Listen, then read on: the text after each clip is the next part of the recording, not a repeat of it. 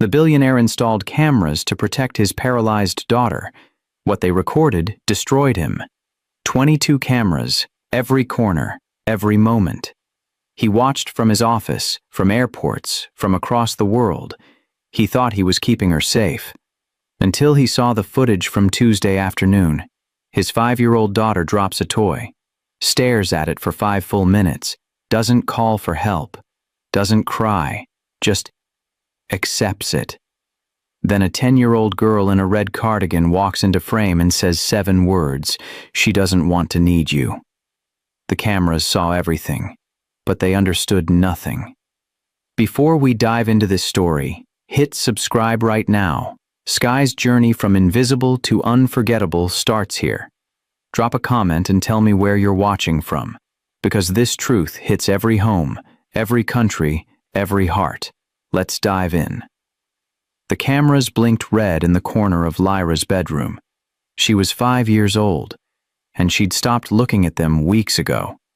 Arden Vale installed 22 cameras throughout his house on a Tuesday morning. Kitchen, hallways, playroom, even above his daughter's bed. The workers asked why so many. "Security," he said. They didn't ask what he was protecting her from. Lyra sat in her wheelchair by the window. Black frame. Silent wheels. A car accident 8 months ago took her legs. The doctor said she'd never walk again. She never cried about it. Not once. That's what scared people most. 5-year-olds were supposed to scream when they fell. Supposed to reach for their parents. Supposed to need comfort. Lyra did none of those things. When adults entered her room, she'd look up. Smile politely. "Hi, Dad." Never Daddy. She'd answer his questions about therapy, about pain, about how she slept. Always calm. Always measured. Like she was reporting data. Then he'd leave for another meeting, and she'd go back to being alone. Arden lived on his phone, checking the camera feeds from airports, from conference rooms, from hotel beds at 2 a.m. He'd watch her read. Watch her color inside the lines. Watch her exist quietly in every frame. It calmed him. He told himself this was good parenting, staying informed, being aware, keeping her safe. What he didn't notice was the pattern. Lyra never called for him. When her blanket fell at night, she slept without it. When her water sat just out of reach, she went thirsty. When her favorite stuffed rabbit dropped to the floor, she'd stare at it for 5 full minutes, then turn her wheelchair away. Most 5-year-olds would scream, would cry, would bang on the walls until someone came. Lyra had learned something different. No one comes. So she stopped asking. One night, Arden was reviewing footage from earlier that day. Lyra was in the playroom. A book slid off her lap. She looked down at it. Then she looked directly at the camera. Not at him. She couldn't see him, but she looked at the lens like she knew. Her face didn't change, didn't cry, didn't react. She just turned her wheelchair around and rolled away, left the book on the floor. Arden's finger hovered over the screen. Something cold crawled up his spine. The way she'd looked at that camera, like she'd been testing, like she'd been waiting, like she already knew no one would come. He told himself he was overthinking it. The cameras were working perfectly. The house was safe. Lyra was fine. But that night, he couldn't sleep, because he kept seeing that look, the blank expression of a 5-year-old who'd stopped expecting anyone to care. And somewhere deep in his chest, a question formed, one he wasn't ready to answer. What if the cameras weren't protecting her? What if they were protecting him from having to actually be there? The red lights blinked silently in the dark, recording everything, understanding nothing. Sky arrived 3 weeks later. No warning. No introduction. Just a small figure in a red cardigan standing in the doorway at 3:40 p.m. Her mother, Rosa, had just started as the housekeeper. "I'm sorry, Mr. Vale," Rosa said, voice tight. "The sitter canceled. She'll be quiet. You won't even know she's here." Arden looked at the girl. 10 years old. Thin. Eyes down. Hands folded like she was trying to take up less space. "It's fine," he said. Rosa exhaled. Sky didn't. She walked inside, removed her shoes, lined them up perfectly against the wall, then sat on the floor by the window, didn't ask for anything, didn't touch anything, just sat. Arden went back to his office, pulled up the camera feeds. The girl hadn't moved. For 20 minutes, she sat completely still, like she'd done this before, like she knew how to disappear. Lyra noticed her on the second day. She rolled her wheelchair into the hallway and stopped. Sky was sitting outside the playroom, cross-legged, red cardigan sleeves covering her hands. They looked at each other. "Hi," Lyra said. "Hi." Silence, not awkward, just careful. "You can come in if you want," Lyra offered. Sky shook her head. "I'm okay here." Lyra went back to coloring. Sky stayed in the hallway. The next day, Sky moved closer, just inside the doorway, still on the floor, still quiet. Lyra dropped a crayon. It rolled toward Sky. Most adults would have handed it back immediately, would have put it directly in Lyra's hand. Sky picked it up, but she didn't hand it to her. She slid it close enough that Lyra could reach it herself, then went back to sitting. Lyra stared at her. That was different. By Friday, Sky sat inside the playroom. Lyra was stacking blocks. Her hands shook. The tower kept falling. She didn't ask for help. Sky didn't offer.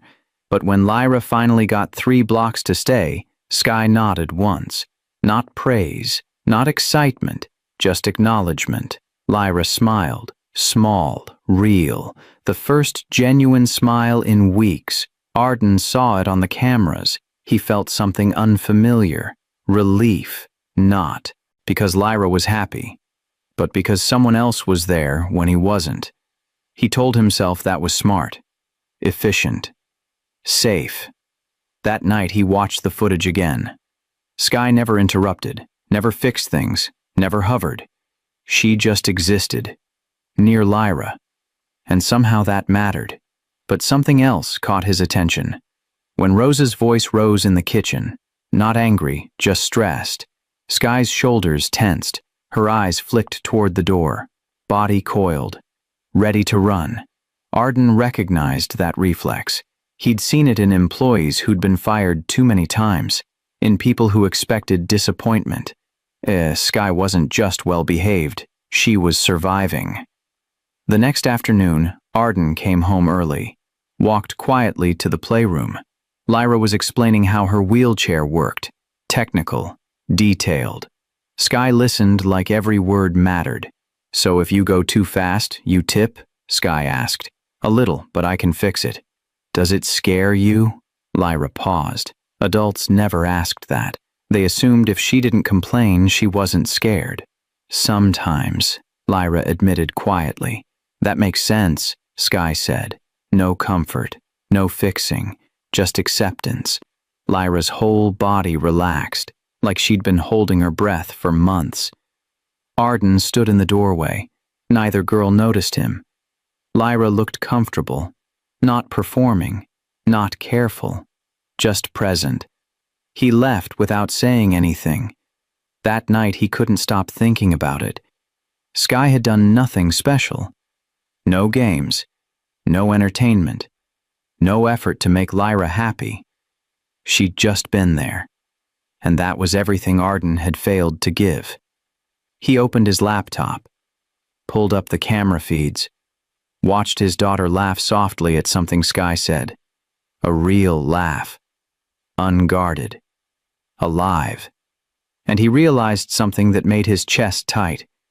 He'd been watching Lyra for months, monitoring every movement, tracking every moment, but he hadn't actually seen her, not until Sky showed him what he was missing. A 10-year-old girl who knew how to sit with pain, who didn't try to fix everything, who understood that sometimes presence was enough. Arden closed the laptop, sat in the dark, and for the first time he felt ashamed, not of what he'd done, but of what he hadn't. Lyra's mother died when Lyra was 3. Arden kept her memory perfect. "Your mother was so calm," he'd tell Lyra. "Nothing ever rattled her. She was like still water." Lyra would nod. never correct him. But she remembered something different. She remembered noise, singing off-key in the kitchen, her mother laughing so hard she snorted. She remembered her mother crying during commercials, yelling at traffic, dancing badly, living loudly. Arden's version was quieter, cleaner, easier to carry without breaking. The house reflected his memory. Soft photographs in silver frames. Everything arranged perfectly. A shrine to a woman who never existed. Lyra avoided the hallway where the pictures hung. She took the long way to her room every single day, an extra 30 seconds, a full loop around the house. Skye noticed on her 4th day. She watched Lyra wheel past the direct route. Choose the longer path. She didn't ask why, but the next day Skye took the long way too. One afternoon, Rosa was dusting the picture frames. Skye stood beside her mother, staring at the woman in the photos. "She's pretty," Skye said. "She was," Rosa replied softly. Skye tilted her head. "Was she quiet?" Rosa paused, looked at her daughter. "Why do you ask?" Skye shrugged. "The house feels like she was quiet." Rosa studied the photograph for a long moment. "No," she said finally. "I only met her twice, but she was loud. The good kind of loud." Skye nodded, like that explained something she'd been trying to figure out. That evening, Skye sat with Lyra in the playroom. Lyra was drawing. Her hand moved slowly across paper.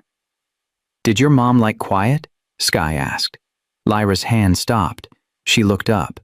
Nobody ever asked her about her mother. Adults told her things about her mother, but they never asked. "No," Lyra said quietly. "She liked music. She sang all the time." "Was she good?"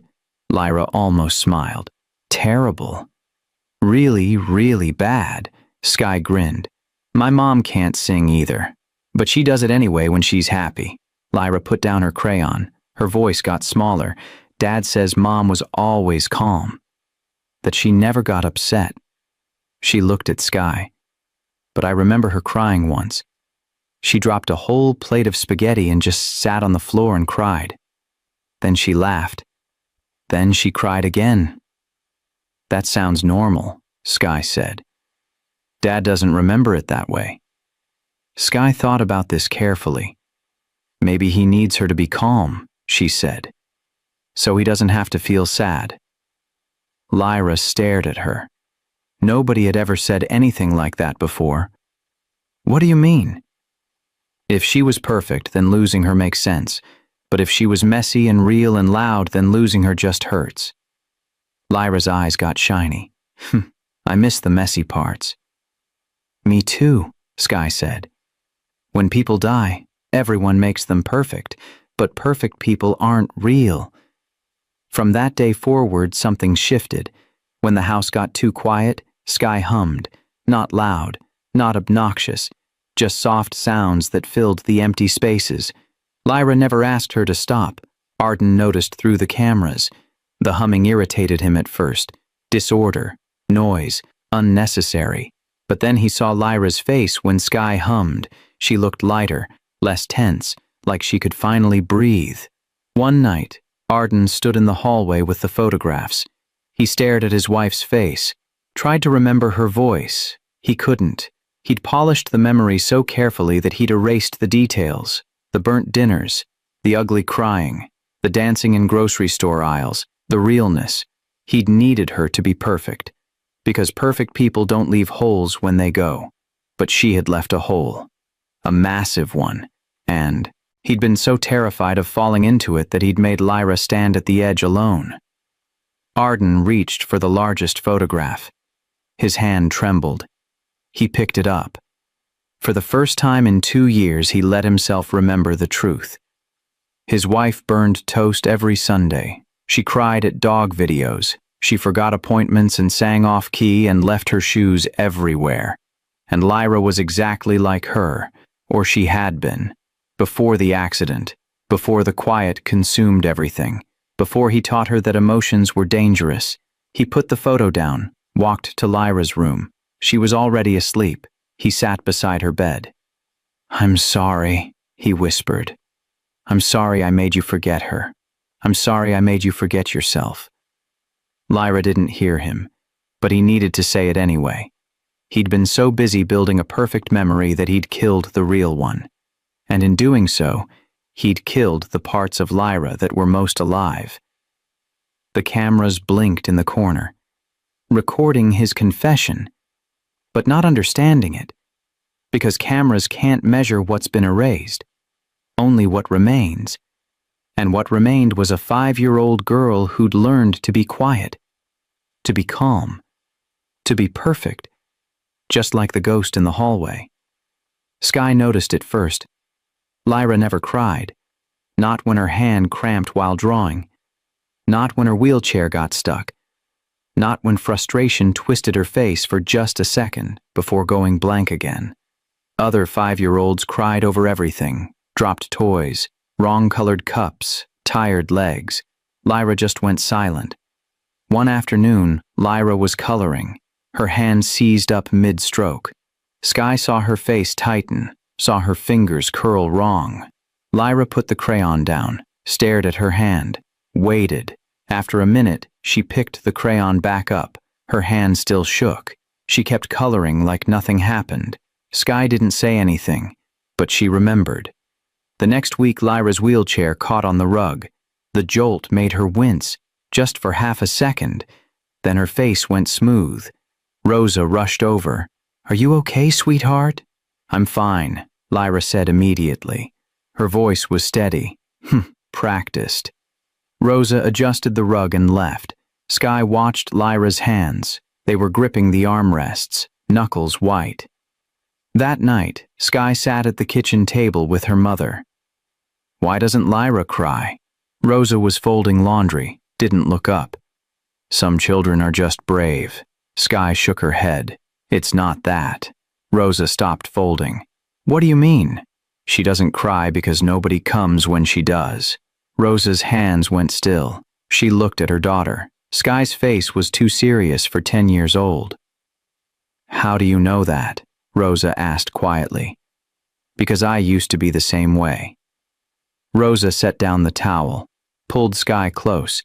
Neither of them said anything else. Some truths don't need explaining. The next day, Skye watched closer. Lyra's physical therapist came at 10.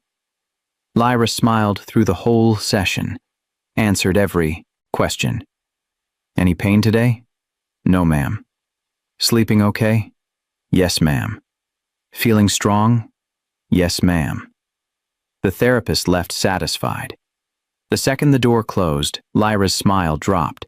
Her shoulders sagged like someone cut the strings. She looked exhausted. When Arden called that evening, Lyra answered on the first ring. "Hi, Dad." Her voice was bright, energetic. "How was therapy?" "Good. I did all the exercises." "Any soreness?" "Nope. I feel great." She hung up, then laid her head on the desk, closed her eyes. Skye saw it all from the doorway. She understood. Lyra wasn't fine. She was performing fine, because fine kept adults calm, and calm adults stayed. Later that week, Lyra was reaching for a book on a high shelf. She stretched, her wheelchair tilted slightly forward. The book didn't budge. She tried again. Her breathing got faster, shallower. Skye stood up, walked over, but she didn't grab the book. She just stood there. "Do you want help?" she asked. Lyra stopped, stared at her. Nobody ever asked, they just helped, or they walked past without noticing. But nobody asked. "Yes," Lyra whispered. Skye handed her the book. Lyra took it with both hands. Her eyes got shiny, not quite tears, but close. "Thank you," she said. Her voice cracked on the second word. Skye nodded, sat back down on the floor. Then she said something that broke the air open.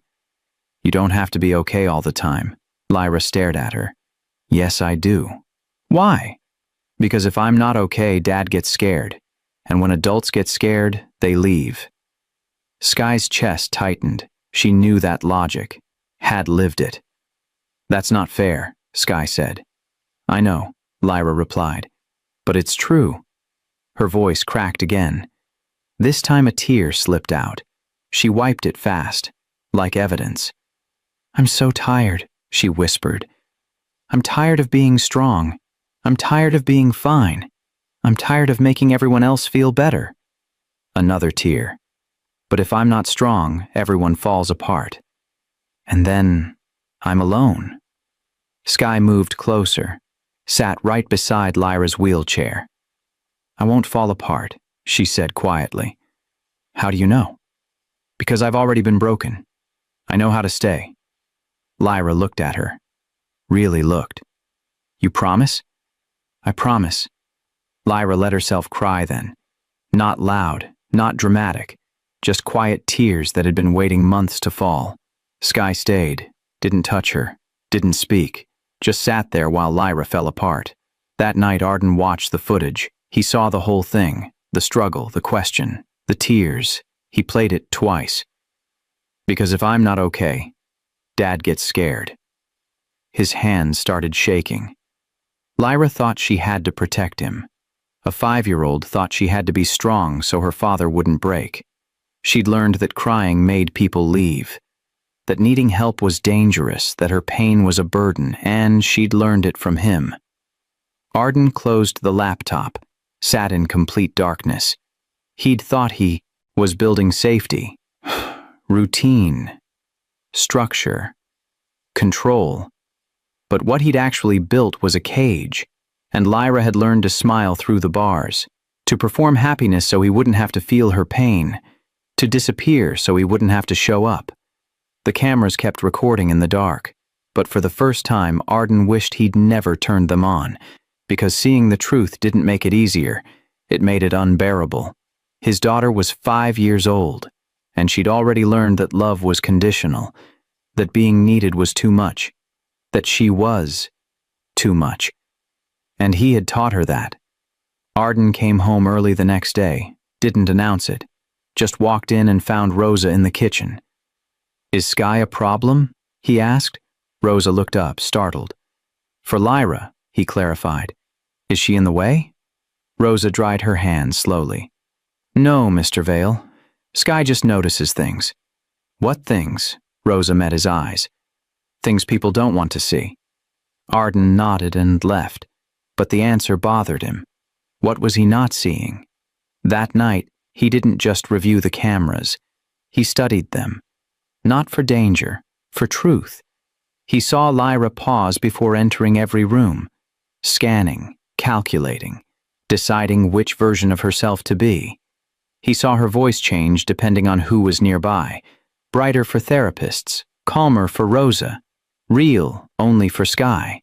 He saw Sky wait, always wait, never moving first, never offering help unless asked, letting Lyra control everything. Then he found footage from 3 days ago. Lyra was trying to open a juice container, her hands kept slipping. Sky sat nearby, watching. After a full minute, Sky spoke softly. You can ask me. Lyra stopped trying. I don't like asking. Why? Lyra stared at her hands.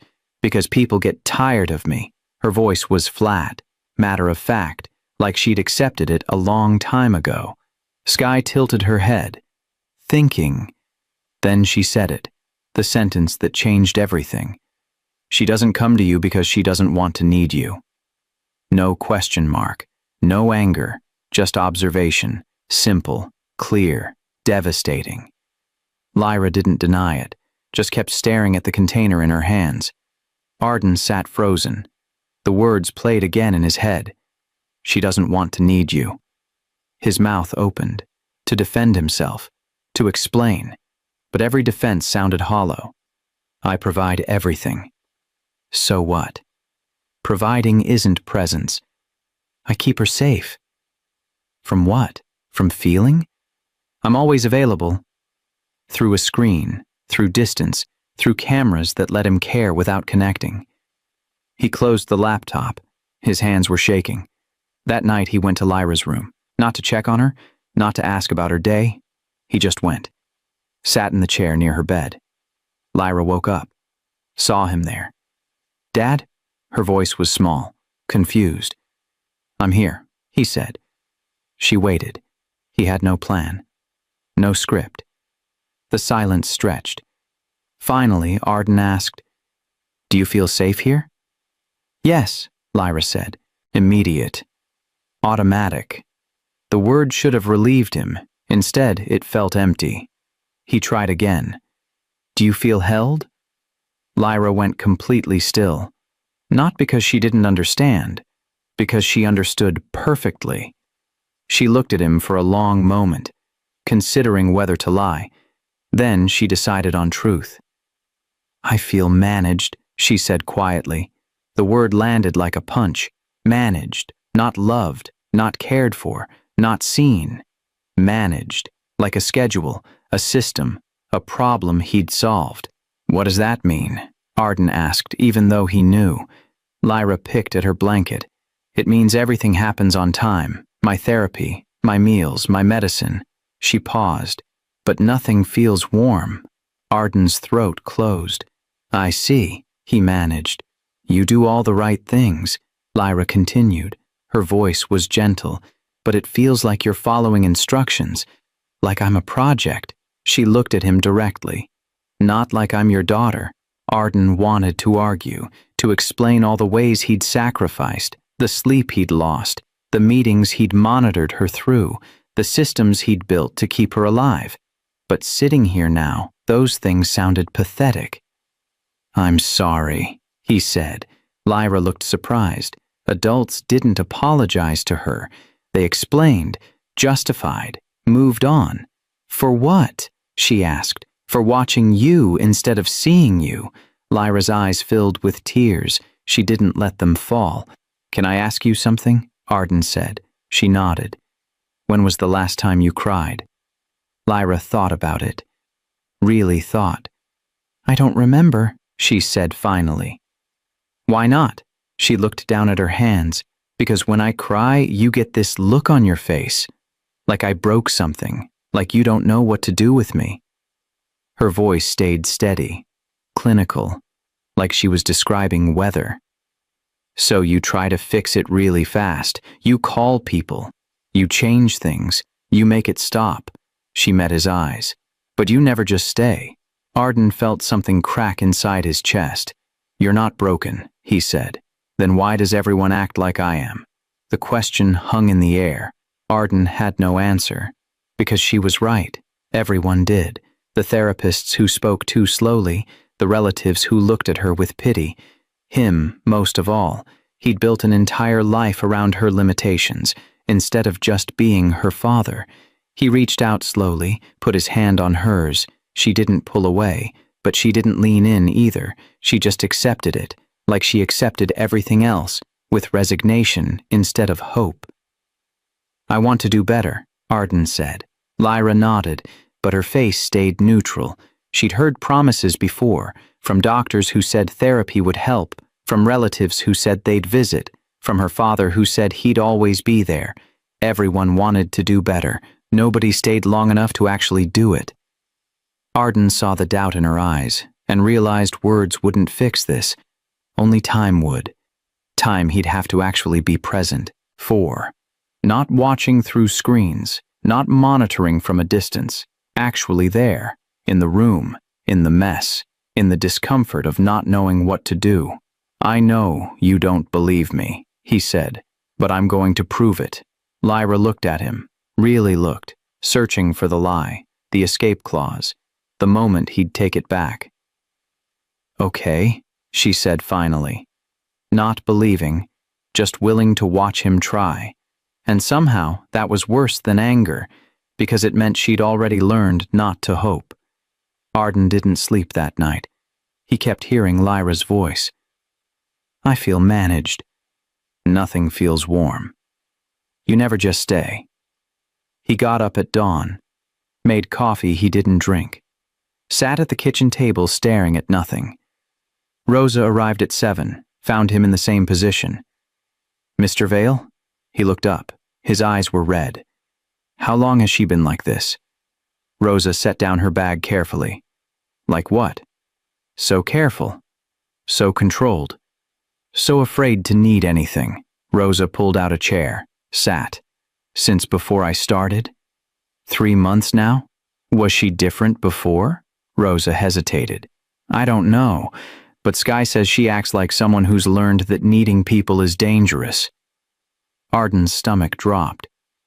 She's 5 years old. I know, Rosa said softly, but trauma doesn't wait until you're old enough to handle it. The words hit like a slap. That afternoon, Arden did something he'd never done. He canceled a meeting, not rescheduled, canceled. His assistant called twice. He let it ring. He went to the playroom. Lyra was there with Sky, building something with blocks. She saw him and straightened automatically. Her face shifted. Guard up. Performance on. Hi, Dad. Hi, Arden said. Then he did something that made both girls freeze. He sat on the floor, not in a chair. On the floor. Adults didn't do that, especially not Arden Vale. Lyra stared. Sky glanced between them but said nothing. Arden didn't explain, didn't ask questions. He just stayed. The silence was thick, uncomfortable. After a minute, Lyra went back to the blocks. Her movements were stiff, aware of being watched, but slowly, so slowly, she relaxed. Her shoulders dropped. Her hands moved more naturally. Sky handed her a blue block. This one? Lyra asked. Sky nodded. They worked in silence. Arden watched, not through a screen, right there, 3 feet away. At some point, Lyra's tower fell. Blocks scattered everywhere. She froze. Arden's instinct screamed at him. Help. Fix. Rebuild. He stayed still. Sky didn't move either. Lyra looked at the blocks, then at her hands. I hate when that happens, she said quietly. Not to anyone specific, just out loud. The first honest thing she'd said in front of him in months. Me too, Sky said simply. Lyra started rebuilding. Slower this time. Her hands shook, but she kept going. When she finished, the tower was smaller, crooked, imperfect. She stared at it. It's not as good, she said. It's still standing, Sky replied. Lyra looked at her. Then something shifted in her face. Not a smile, but acceptance of imperfection, of trying and failing and trying again, of things not being perfect, but being enough. Arden's chest ached. That small moment, that tiny shift. He'd never given her permission for that. He'd always expected excellence, strength, control, perfect towers that never fell. When the tower collapsed again, Lyra sighed. I give up. Arden tensed. Giving up meant failure, meant not trying hard enough, meant weakness. But Sky just shrugged. Okay. Want to do something else? No disappointment, no lecture, no push to try again. Just acceptance. Lyra nodded. They moved to drawing. Arden realized he'd been holding his breath. Later, when Sky went to the bathroom, Lyra turned to him. Why are you here? She asked. Not rude, just genuinely confused. I wanted to spend time with you, Arden said. Lyra studied his face. You usually watch from your office. Arden's stomach dropped. She knew. Of course she knew. I'm trying something different, he said. Why? He could have lied, made it sound simple, but Lyra deserved the truth. Because I realized I don't actually know you. Lyra looked away.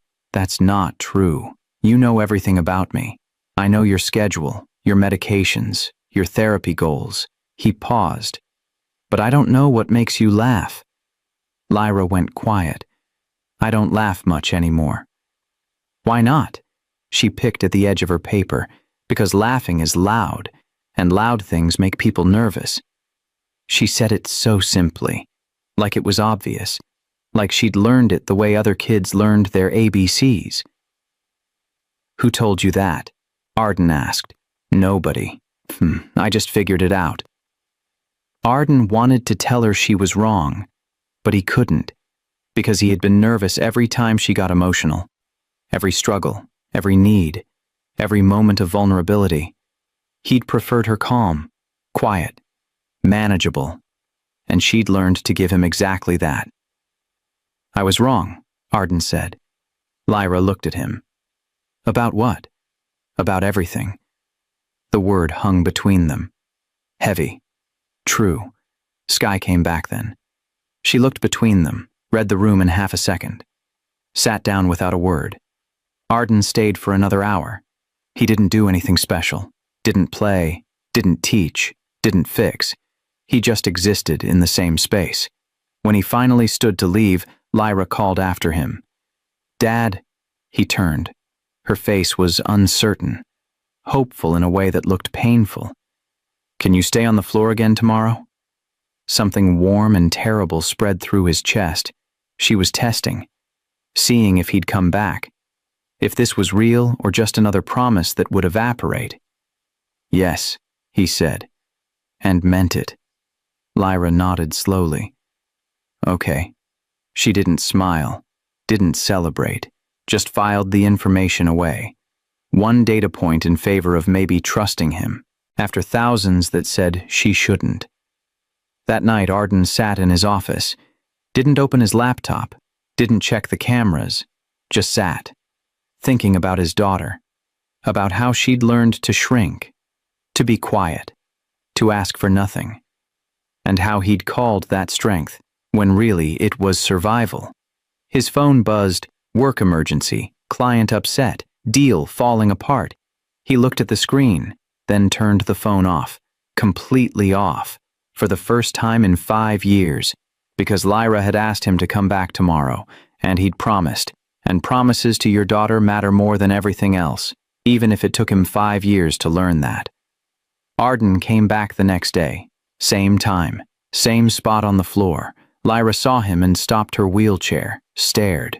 "You came back," she said, like she'd expected him not to. "I said I would." She wheeled closer slowly. "People say things. I know. They don't always mean them." Arden's throat tightened. "I mean it." Lyra nodded, but her eyes said, "We'll see."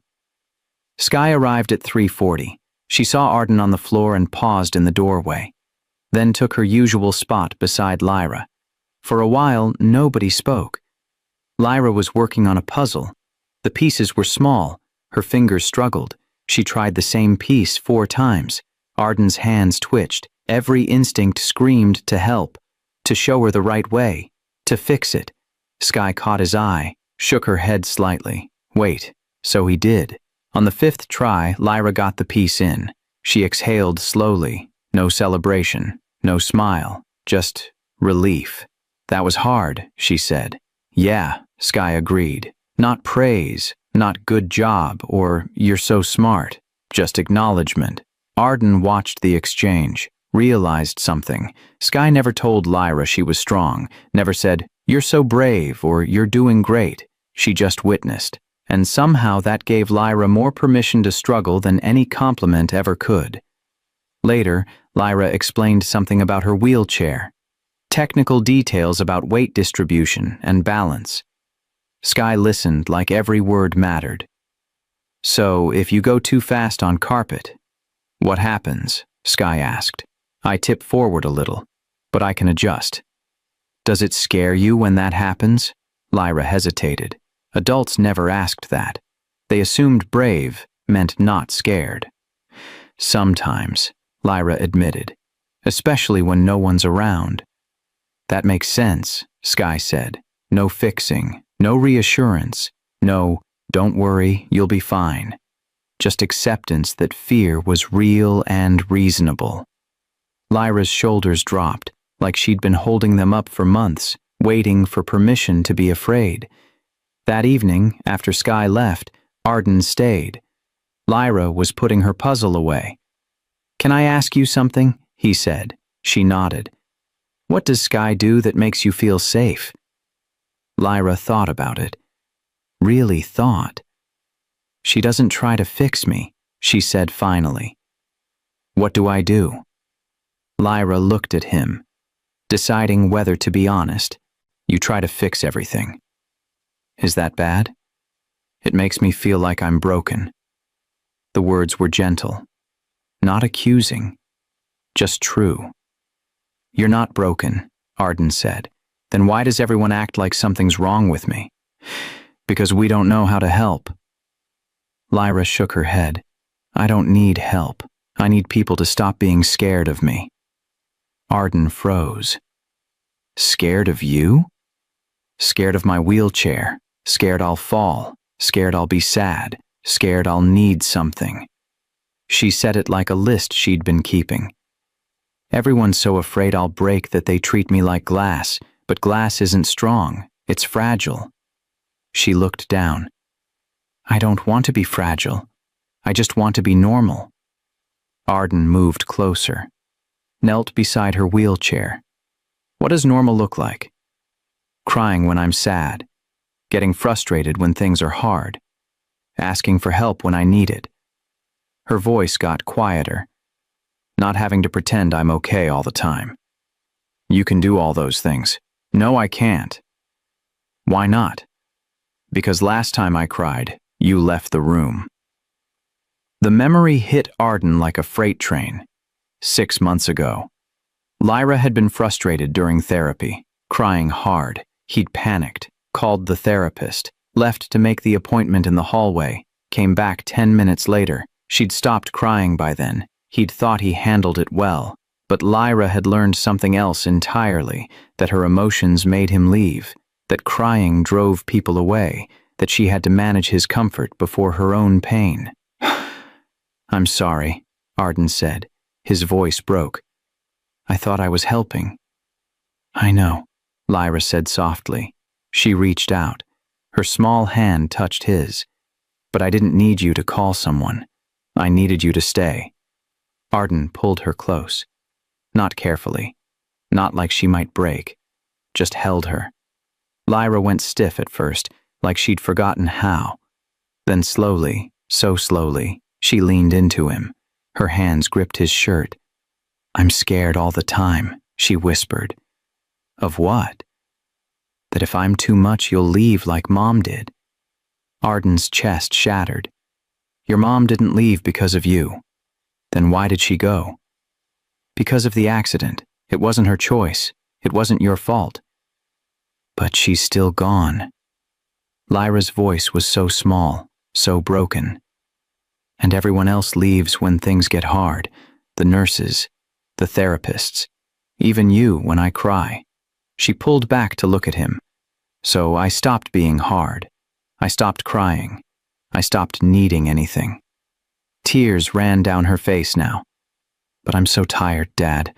I'm so tired of being strong." Arden held her tighter. "Then stop," he said. "Stop being strong. Just be you." "What if you can't handle me?" "Then I'll learn how." "What if I'm too much?" "You're not too much. You're exactly enough." Lyra buried her face in his shoulder, started crying.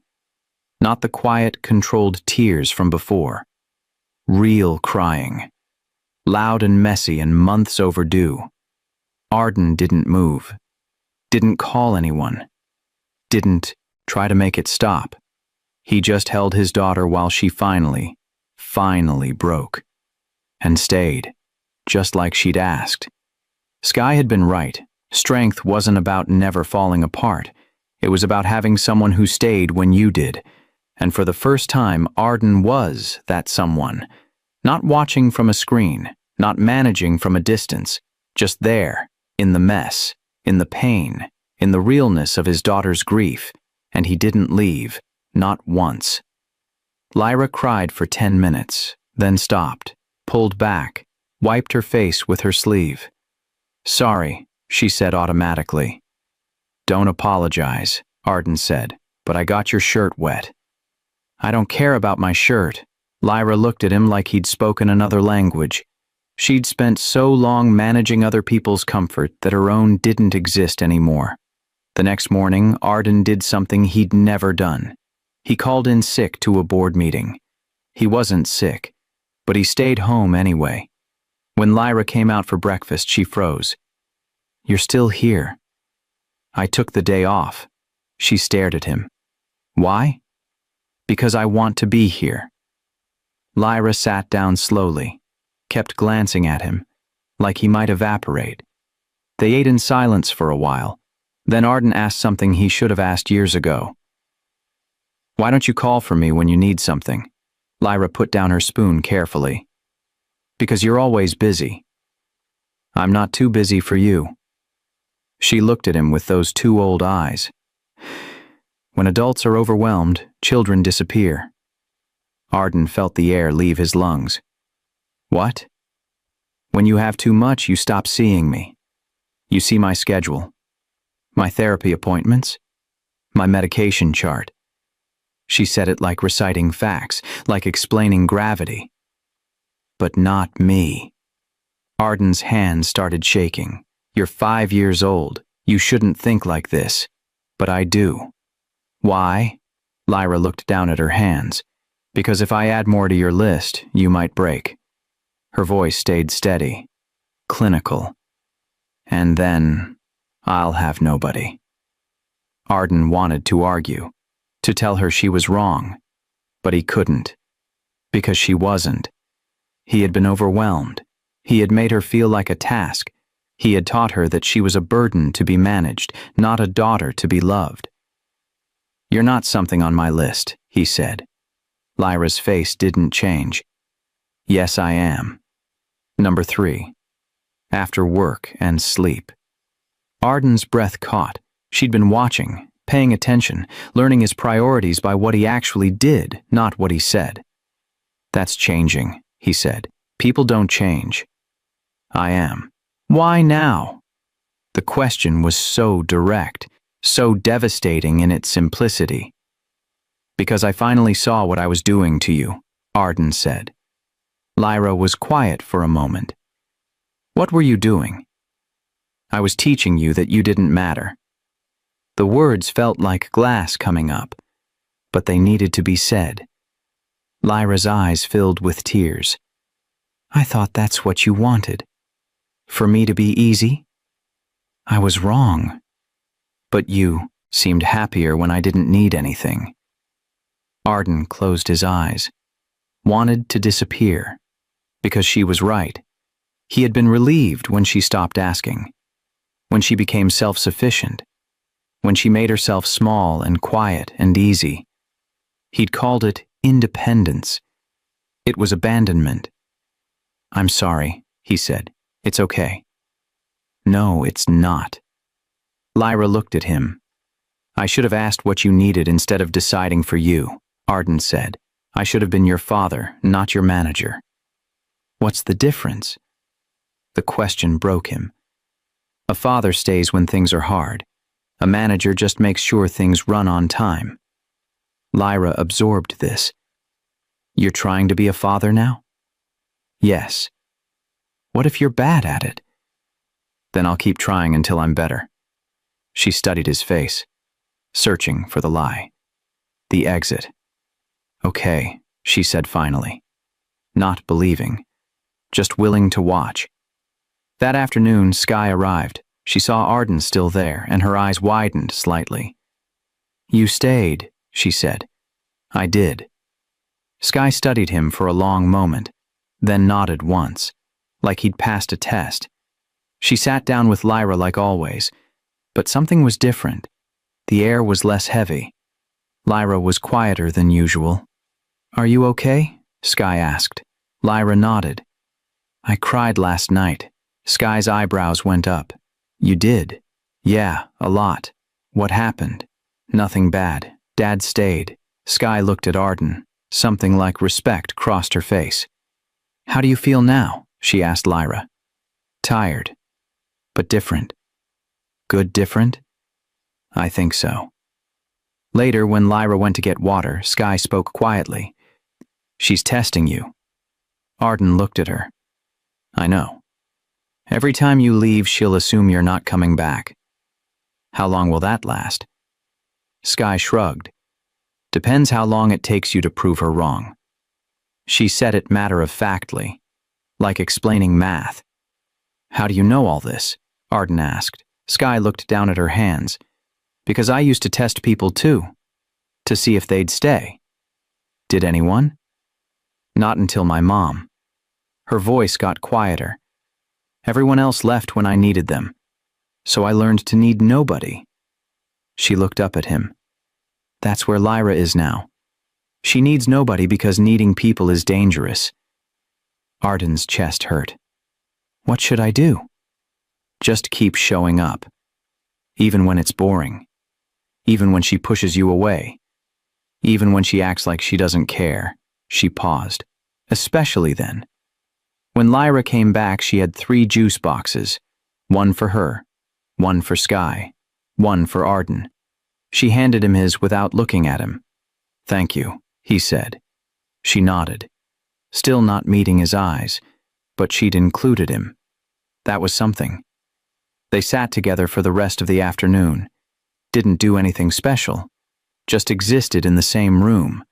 And when Arden finally had to leave for an hour, just 1 hour for a critical call he couldn't avoid, Lyra's face went blank.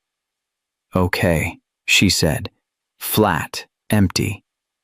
I'm coming back, Arden said. In 1 hour, I promise. Okay. She didn't believe him. He could see it. He took the call in his car, in the driveway, where she could see him through the window. Exactly 1 hour later, he walked back inside. Lyra was in the playroom. She looked up when he entered. Her eyes widened slightly. You came back, she whispered. I said I would. But I know, people don't. But I did. Something cracked in her expression. Not quite trust, but maybe the beginning of it. She wheeled over to him, didn't say anything, just put her hand on his leg and left it there. That night, Arden realized something. Trust wasn't built in grand gestures. It was built in tiny promises kept, in coming back when you said you would, in staying when it was uncomfortable, in showing up even when nothing important was happening. Lyra didn't need a hero, she needed consistency, and for the first time in her life, she was going to get it. 2 weeks passed. Arden came home every day by 5, canceled meetings, declined calls, rearranged his entire life. Lyra started reaching for him. Small things at first, showing him drawings, asking him to sit closer during movies, leaning against him without asking permission. Then Rosa told him she was leaving. My sister in Arizona, she said quietly. She's sick. I need to go. When? Arden asked. A month. His stomach dropped. Not because of Rosa, because of Sky. Sky wouldn't be coming anymore. That night he watched Lyra and Sky through the doorway. They were playing cards, taking turns, laughing quietly. He realized how much Sky had changed everything. She'd shown him what his daughter needed, what love actually looked like. And now, she was leaving. Sky found out 3 days later. Overheard her mother on the phone. She didn't cry. Didn't protest. She just went to her backpack. Started organizing everything, folding her extra cardigan, checking her pencils, making sure it all fit. Lyra wheeled over. What are you doing? Packing, Sky said quietly. For what? Sky stopped folding. Looked at Lyra. We're moving to Arizona. My aunt's sick. Lyra's face went completely blank. When? 3 weeks. Oh. 1 word. Flat. Empty. Lyra rolled back to her coloring, picked up a crayon. Her hand was shaking. Sky watched her. Are you okay? Yeah. But her voice was too even, too controlled. Sky sat beside her wheelchair. You don't sound okay. Lyra kept coloring. Her strokes got harder. Messier. Everyone leaves, she said finally. Not angry. Just stating facts. I don't want to, Sky said. But you are. Sky didn't have an answer for that. Lyra put the crayon down. My mom left. All the nurses left when I got better. The first therapist quit. Her voice stayed steady. Clinical. Now you're leaving too. She looked at Sky. I'm really tired of people leaving. Sky's throat tightened. I'm sorry. Lyra shook her head. It's not your fault. It's just what happens. She said it like gravity, like something she'd accepted long ago. People come. Then they go. And I'm still here. That's what broke Sky. Not the sadness, the resignation, the way Lyra had been preparing for this moment since the day they met. That evening, Sky went to her room, started packing her bag completely, not because they were leaving tomorrow, because she needed to control something. She folded her red cardigan, put it on top, checked her book, her socks, her pencils, everything in order, everything ready. Arden saw her from the hallway. She looked so small, so careful, like she'd done this 100 times before. He knocked softly. Sky looked up. "You're leaving soon," he said. She nodded. "Are you scared?" Sky thought about it. A little. Of what? New places. New school. She zipped her bag slowly. And leaving Lyra. Arden sat on the floor beside her. "She's going to miss you." Sky's eyes got shiny. "I'm going to miss her too." "You helped her a lot." Sky shook her head. "I just sat with her." That was exactly what she needed. Sky looked at him seriously. "Are you going to keep doing it? After I leave?" The question hit hard. "Yes. Promise. I promise." Sky studied his face. "She's going to test you. Especially after I'm gone." "I know. She's going to push you away to see if you'll stay." "I'll stay." "What if she's mean? What if she says she doesn't need you?" "I'll stay anyway." Sky nodded slowly. "Good." She looked down at her bag. "My mom left my dad when I was 7. Then we moved 4 times in 2 years." Her voice got quieter. "I learned to pack fast, to not make friends, to not need anybody." She looked up.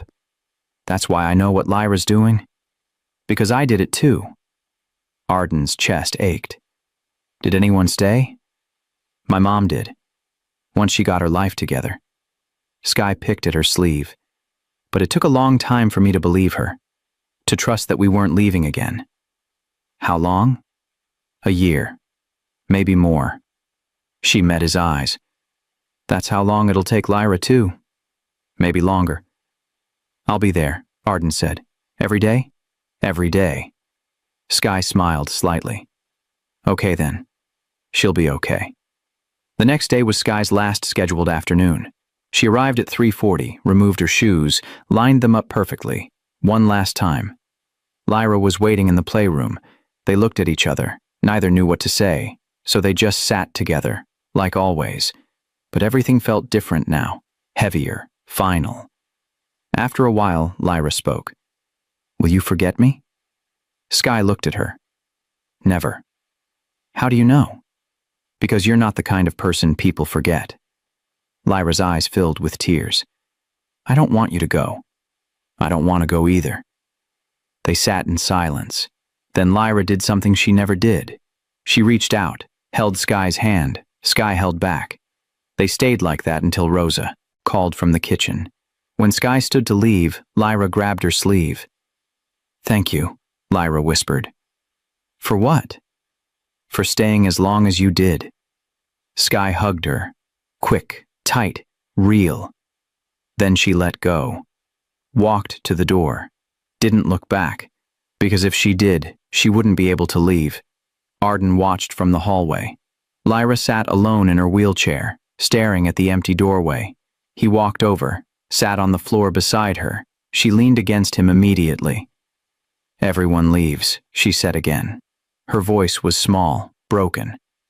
"I'm not going anywhere," Arden replied. Lyra didn't respond. She'd heard that before. From her mother, right before the accident. From nurses who promised to visit. From therapists who said they'd be there. Words didn't mean anything anymore. Only time would tell. And Arden knew it. So he didn't say anything else. He just stayed. Right there on the floor. While his daughter grieved another loss. Another person who'd mattered. Another hole in her world. That night, Lyra didn't eat dinner. Didn't want a bath. Just wanted to go to bed. Arden carried her to her room. tucked her in. Dad? Yeah? What if I'm bad at people leaving? What do you mean? What if I never get used to it? What if it always hurts this much? Arden sat on the edge of her bed. Then it hurts. And I'll be here while it does. You promise you won't leave? I promise. What if you die like Mom? The question gutted him. Then it won't be because I wanted to. It'll be because I had no choice. Lyra was quiet for a long time. I wish people had choices. Me too, sweetheart. Me too. She closed her eyes. Arden stayed until she fell asleep, then stayed longer, because tomorrow she'd wake up, and Sky would still be gone, and he needed to prove that he wasn't. The next morning, Lyra didn't come out of her room. Arden knocked softly. Lyra? Silence. He opened the door. She was in bed, eyes open, staring at the ceiling. Are you okay? He asked. I don't feel good. Arden touched her forehead. No fever. Where does it hurt? Everywhere. She said it flatly, like reporting weather. Arden recognized that tone. She wasn't physically sick. She was emotionally destroyed. Do you want to stay in bed today? Lyra nodded. Usually Arden would have pushed. Routine was important, structure helped, lying in bed led to depression, but today he just said, okay. He sat on the edge of her bed. I'm staying home. Lyra turned to look at him. Don't you have meetings? I moved them. All of them? All of them. She studied his face, looking for the catch. The moment he'd check his phone and realize he'd made a mistake. You don't have to stay, she said. I'm fine.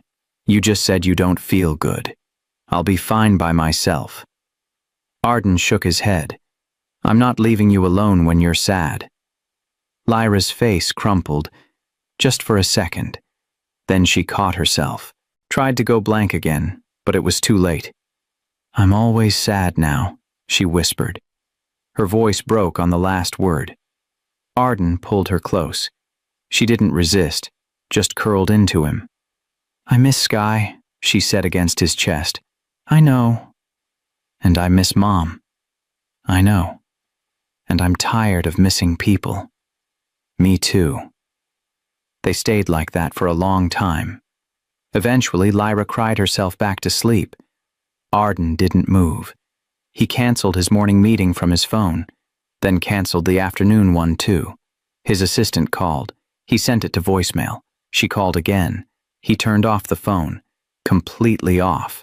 For the first time in years, work could wait. His daughter couldn't. When Lyra woke up, it was almost noon. She looked surprised to see him still there. You stayed, she said. I told you I would. Something shifted in her expression. Not quite trust, but maybe the foundation of it. That afternoon, Arden did something that felt radical. He sat on the floor in her room. No laptop, no phone, no agenda. Just him. Lyra watched him from her wheelchair. What are you doing? Being here. That's it? That's it. She wheeled closer. You look weird just sitting there. I feel weird just sitting here. Lyra almost smiled. Why are you doing it then? Arden looked at her, really looked at her. Because I don't know how to be your father, and I'm trying to figure it out. Lyra's eyes widened. You're supposed to know. I don't. That's scary.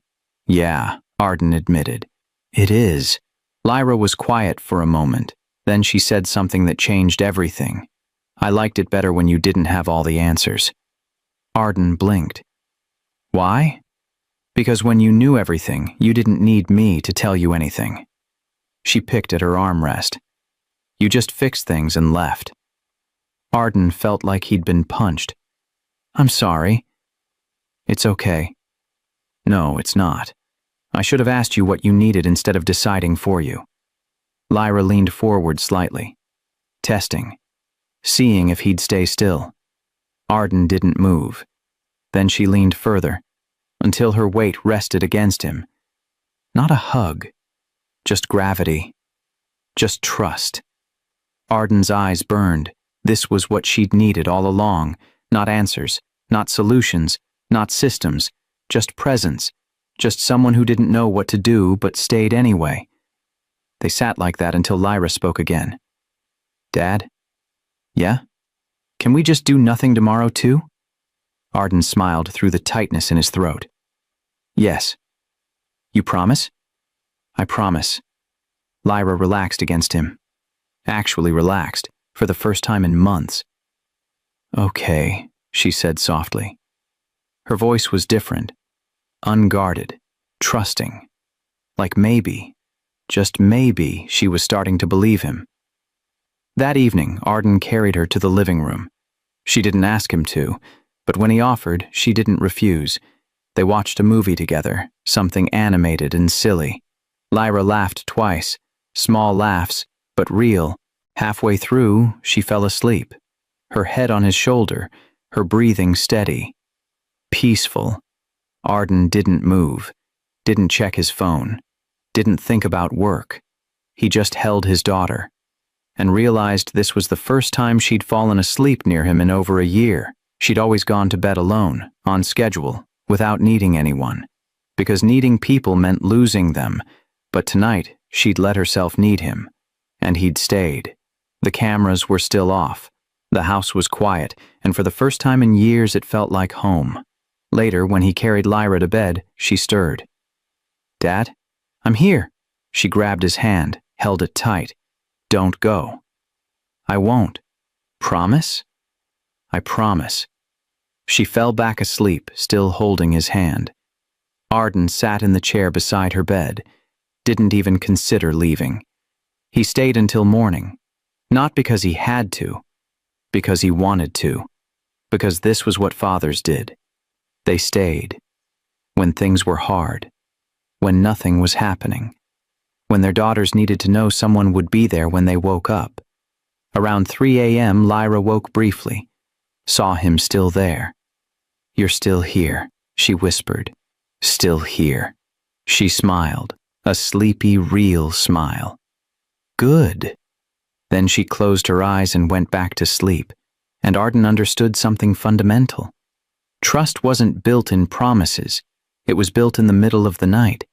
That 3 a.m. moment, that's when everything changed. If you've ever stayed when you could have left, or wished someone had stayed for you, I need you to comment, I stayed, or I needed someone to stay. Let's fill this comment section with the truth. And listen, if you're realizing this story is about your life, hit subscribe. In the boring hours, in the moments when nothing was happening except him being there, that's when she'd learn he meant it.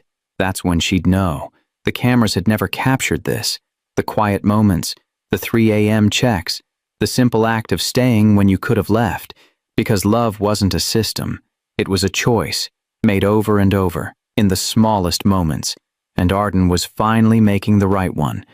Arden woke up in the chair. His neck was stiff, his back hurt. He didn't care. Lyra was still asleep, her hand inches from where his had been all night. He looked at the corner of the room, where the camera used to be. No red light, no blinking, just empty space. He'd installed them to protect her, but sitting here now, he understood. The cameras had seen everything, and understood nothing. That morning, Arden made breakfast. Not Rosa, not a chef, him. Scrambled eggs, slightly burnt toast, orange juice in mismatched cups. When Lyra came to the table, she stopped, stared. You made breakfast?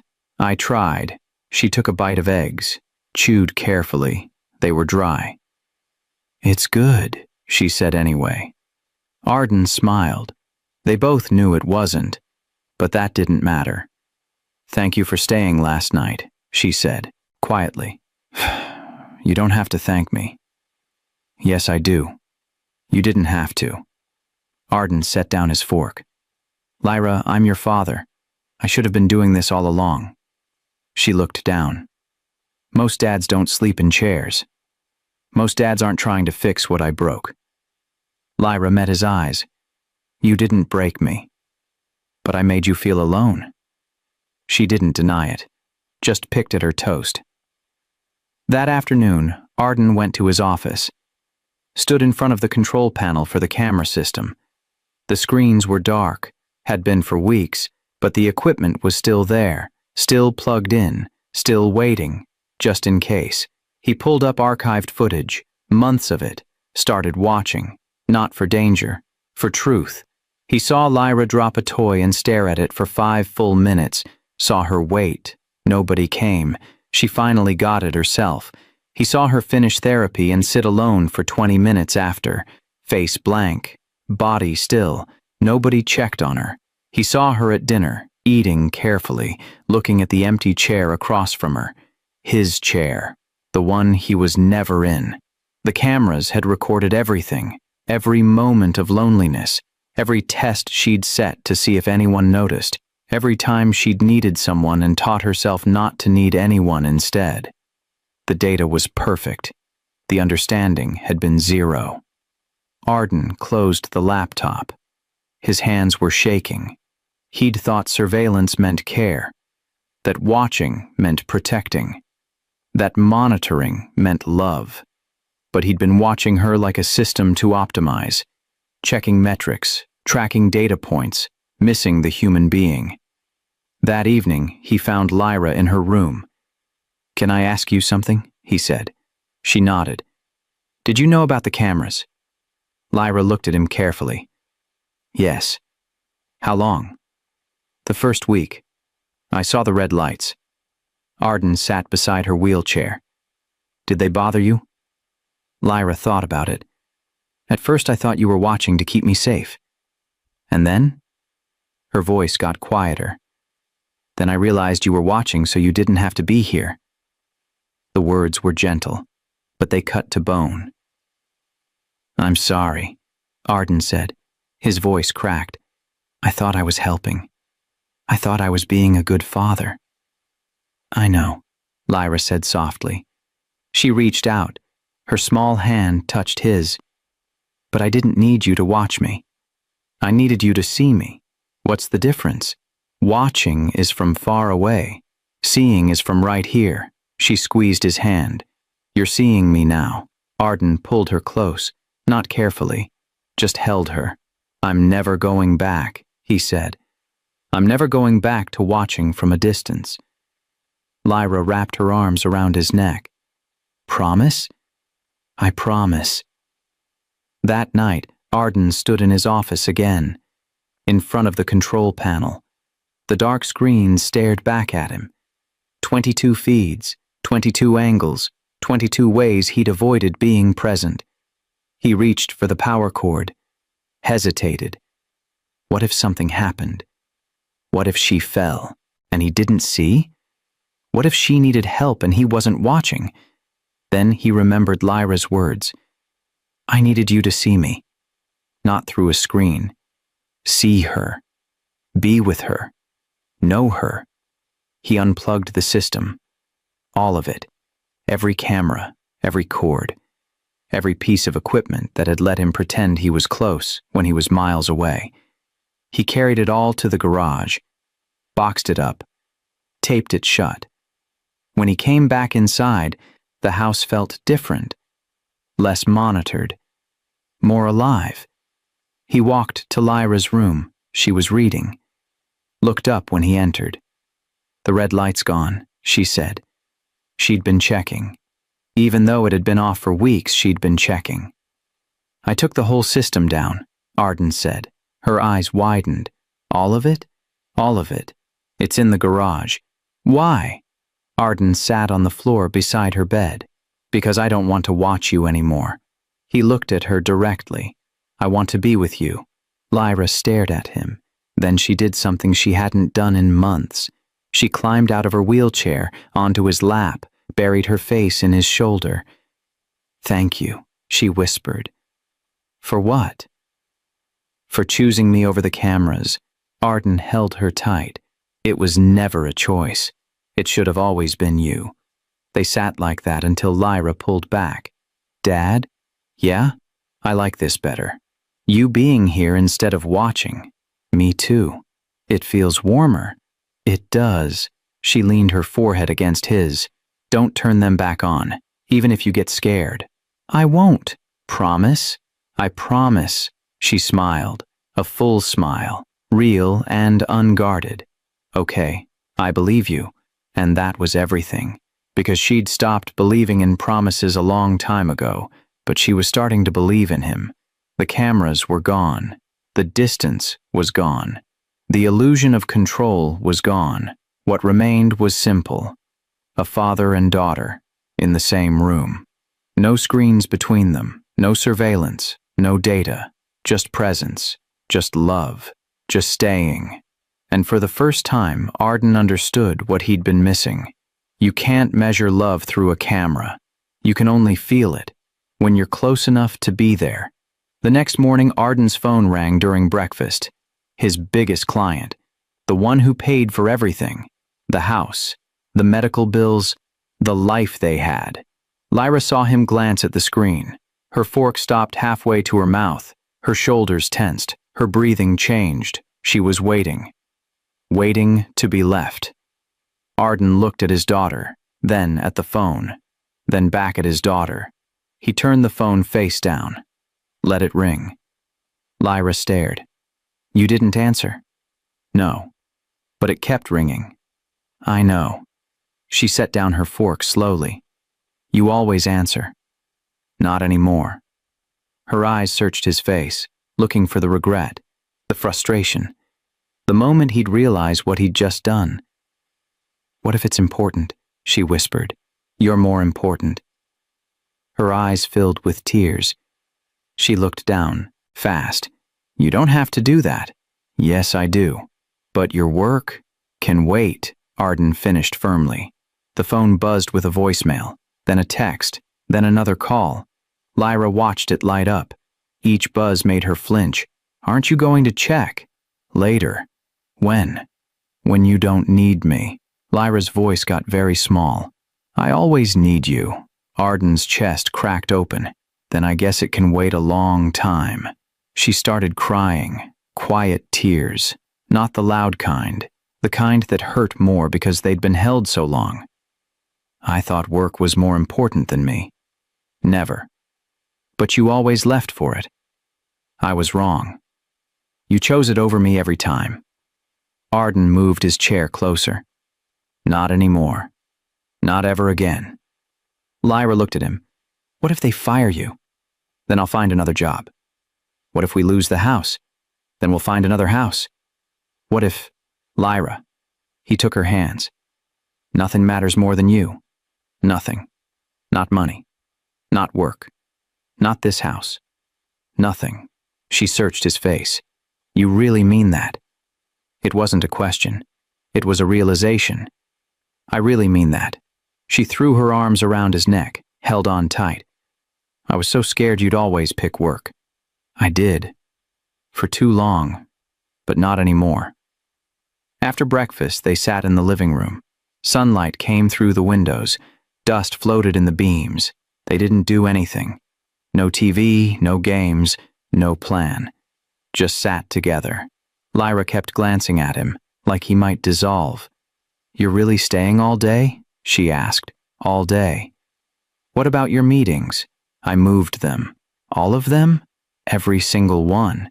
She processed this slowly, her brain trying to make sense of it. Why?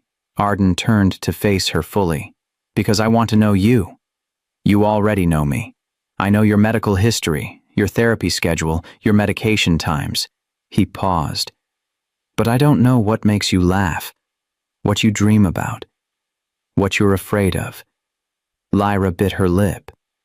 What if I'm boring? You could never be boring. But we're not doing anything. That's the point. She frowned. I don't understand. I spent years doing everything except being with you. Now I'm doing nothing except being with you. Lyra leaned back in her wheelchair, thinking. So doing nothing is actually doing something? Exactly. She smiled slightly. That's weird. It is, but I like it. Me too. They sat in silence. After 10 minutes, Lyra spoke. I need to adjust my footrest. She started doing it herself. It was awkward. Took longer than usual. Arden's hands twitched. Every instinct screamed to help, to fix it faster, to make it easier. He gripped the couch cushion, forced himself to wait. Lyra struggled. Her face tightened with effort. 1 minute passed. 2. Finally, she got it. Exhaled hard. "That was really hard," she said. "I saw." "You didn't help. You didn't ask." She looked at him. "What if I had asked? Then I would have helped immediately." "You promise?" "I promise." Something shifted in her face. Relief. "Okay, that's good." She wheeled closer, leaned against the couch near him, not quite touching, but close. Progress. That afternoon, Lyra fell asleep. Right there in the living room, her head tilted to one side, breathing slow and steady, completely vulnerable, completely trusting. Arden watched her sleep. This was the 3rd time in a week she'd fallen asleep near him, after years of never letting her guard down. His phone buzzed again. 5 missed calls now. 9 emails marked urgent. 2 voicemails. He looked at the screen, then at his sleeping daughter. He powered the phone off. Completely off. Put it in another room. Closed the door. When Lyra woke up an hour later, she looked confused. "I fell asleep." "You did. You stayed, of course." "The whole time?" "The whole time." She rubbed her eyes. "I didn't mean to waste our time." Arden shook his head. "You didn't waste anything. I got to watch you rest." She looked at him like he was speaking another language. "That's a weird thing to like." "Maybe, but I love it." "Why?" "Because you look peaceful, and I haven't seen you peaceful in a very long time." Her expression softened. "I haven't felt peaceful in a long time." "Do you now?" She thought about it, really thought. "Yeah, I think I do." "What changed?" "You stopped leaving." 3 words, simple, devastating. "You're right," Arden said. "I did." She wheeled even closer. This time she touched him, her hand on his arm. Light. Testing. He covered it with his own. "Dad? Yeah? Can we do this again tomorrow? We can do this every day." "Really?" "Really. Even when it's boring?" "Especially when it's boring." She smiled. A full one. Not careful. Not testing. Just happy. Okay. Then she leaned her whole weight against him. Just rested there, like it was the most natural thing in the world, like she'd been waiting her whole life for permission to do this. Arden closed his eyes. This was what he'd been missing. Not the achievements, not the milestones, not the moments that looked good on camera. Just this. His daughter. Trusting him enough to rest. The house was quiet. No phones ringing. No cameras watching. No pressure to be anywhere else. Just them. Together. Still. And it was everything. Later that night, someone knocked on the door. His assistant, looking frantic. "Mr. Vale, I've been trying to reach you all day. The Parker account..." "I'll handle it tomorrow," Arden said calmly. "But they're threatening to pull..." "Tomorrow?" His assistant stared. Arden had never said tomorrow. He'd always said now. Always dropped everything. Always prioritized work. "Is everything okay?" she asked. Arden looked back into the house.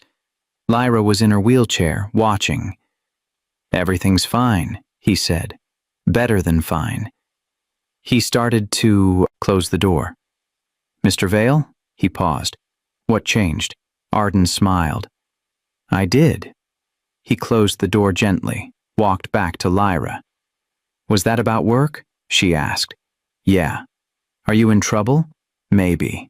"Because of me?" He knelt beside her wheelchair. "No, because I finally got my priorities right." "What are your priorities?" "You. Always you." She smiled, then yawned. "I'm tired. Let's get you to bed." He carried her to her room, tucked her in. "Dad? Yeah? Thank you for staying still today." "Staying still?" "Yeah. You didn't run around fixing things. You just sat with me." She looked at him seriously. "That's what I needed. Someone who could be still." Arden kissed her forehead. I can do that. I'm learning how. You're getting really good at it. She closed her eyes, asleep within minutes, trusting, safe, home. And Arden realized something profound. Stillness wasn't weakness. It was strength. The strength to stay when everything in you wants to run. The strength to be present when problems demand action. The strength to prioritize a quiet afternoon over a loud career. That was real power. And he was finally learning how to use it. 3 days later, a letter arrived, from Arizona. Lyra's name in careful handwriting. Inside was a drawing from Sky. 2 stick figures, one in a wheelchair, one standing beside her, both smiling. At the bottom, in pencil, I didn't forget. Lyra held it like it might break, stared at it for a full minute. Can I write back? She asked quietly. Of course. She got paper and crayons, started drawing slowly. Arden watched her work. She drew their house, the playroom, her wheelchair. Then she added 2 more figures, her and someone taller standing beside her. Who's that? Arden asked. You, Lyra said simply. His throat closed. She'd included him. In her world, in her drawing, in the picture of who mattered. When she finished, she looked at it. Do you think she'll like it? I think she'll love it. Lyra folded it carefully, put it in an envelope. I miss her, she said. I know, but it doesn't hurt as much now. Arden tilted his head. Why not? She looked at him directly. Because I'm not alone anymore. She said it simply, like it was obvious, like everything had changed and the answer was sitting right in front of her. Arden felt warmth spread through his chest.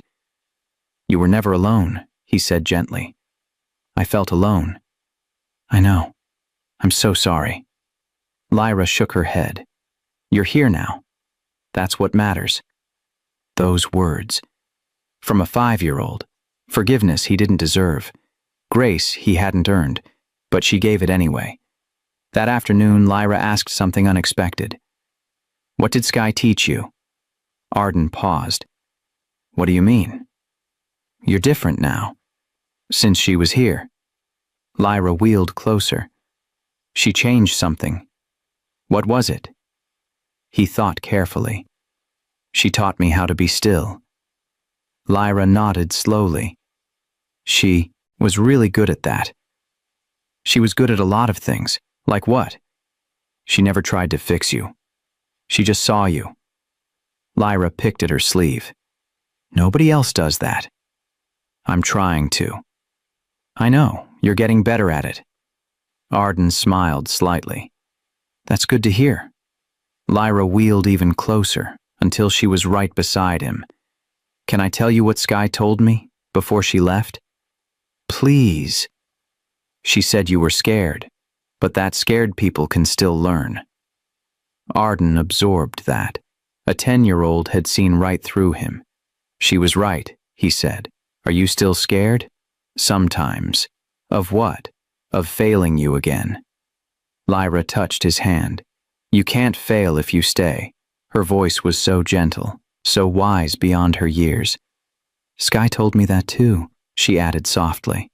She's a very smart kid. Yeah, Lyra looked at the drawing she'd made, the one going to Arizona. Do you think I'll see her again? Maybe, someday. I hope so. Me too. Lyra was quiet for a moment, then she said something that broke him open. Dad? Yeah? Thank you for not leaving when she did. Arden's heart stopped. Why would I leave? Because everyone does. When one person goes, everyone else goes too, like they were only staying because someone else was there first.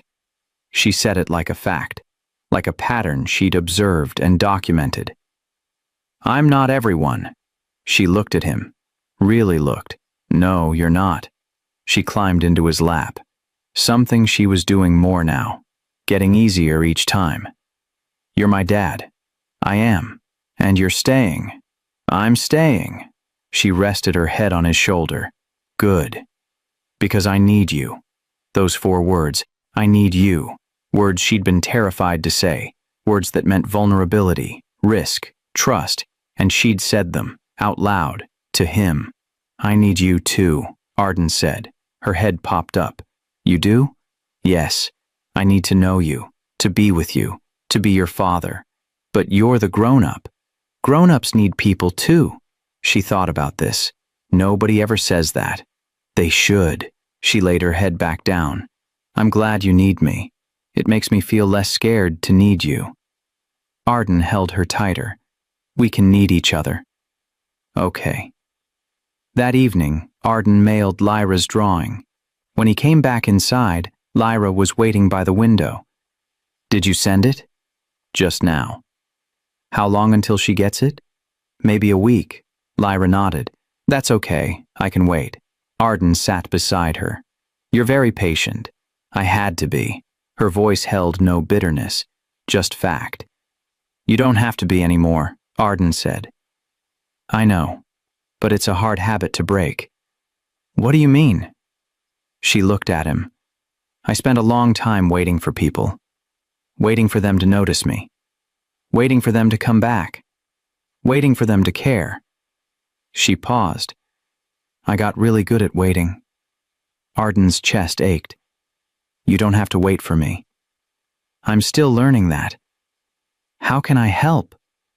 Just keep showing up, even when I act like I don't care. I will.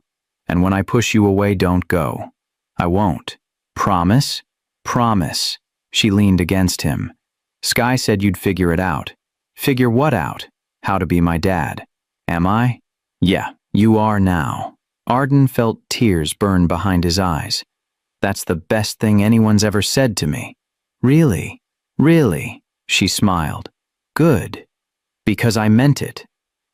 Later that night, Lyra asked to call Sky. Arden set up the video call. Sky's face appeared on the screen, older somehow, different, but still Sky. Hi, Lyra said brightly.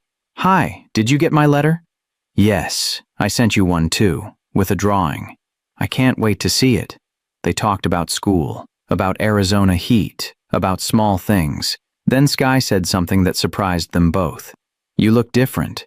Lyra tilted her head. How? Happier, less careful. Lyra smiled. A real one. I am happier. What changed? My dad changed. He stays now, even when things are hard. Sky looked past Lyra at Arden. Her expression was serious, approving. That's really good, she said. That's what I hoped would happen. You hoped? Lyra asked. Yeah, that's why I wasn't worried about leaving. How did you know? Sky thought carefully. Because some people run when they're scared, and some people learn. Your dad decided to learn. She looked directly at Arden through the screen. Thank you for staying. Arden's voice was rough. Thank you for showing me how. After the call ended, Lyra was quiet. What are you thinking? Arden asked. That Sky wasn't here to fix us. No? Lyra shook her head. She was here to show us what we needed to see. And what was that? That we were scared of each other, and that being scared was okay as long as we stopped hiding. She looked at him. She showed us how to be brave. Arden pulled her close. You're very wise. I learned from the best. Sky? And you. Arden's heart swelled. I'm still learning. Me too, Lyra said. But we're learning together now. Yes, we are, she yawned. I'm sleepy. Let's get you to bed. As he carried her to her room, she spoke against his shoulder. Dad? Yeah? I'm not scared of needing you anymore. I'm not scared of you needing me anymore either. Good. Because I'm going to need you a lot. He smiled. I'm counting on it. She fell asleep in his arms before he even put her down, and Arden realized something beautiful. Sky hadn't saved them. She'd just held up a mirror, showed them what love actually looked like, and then trusted them to figure it out. And they had. Together.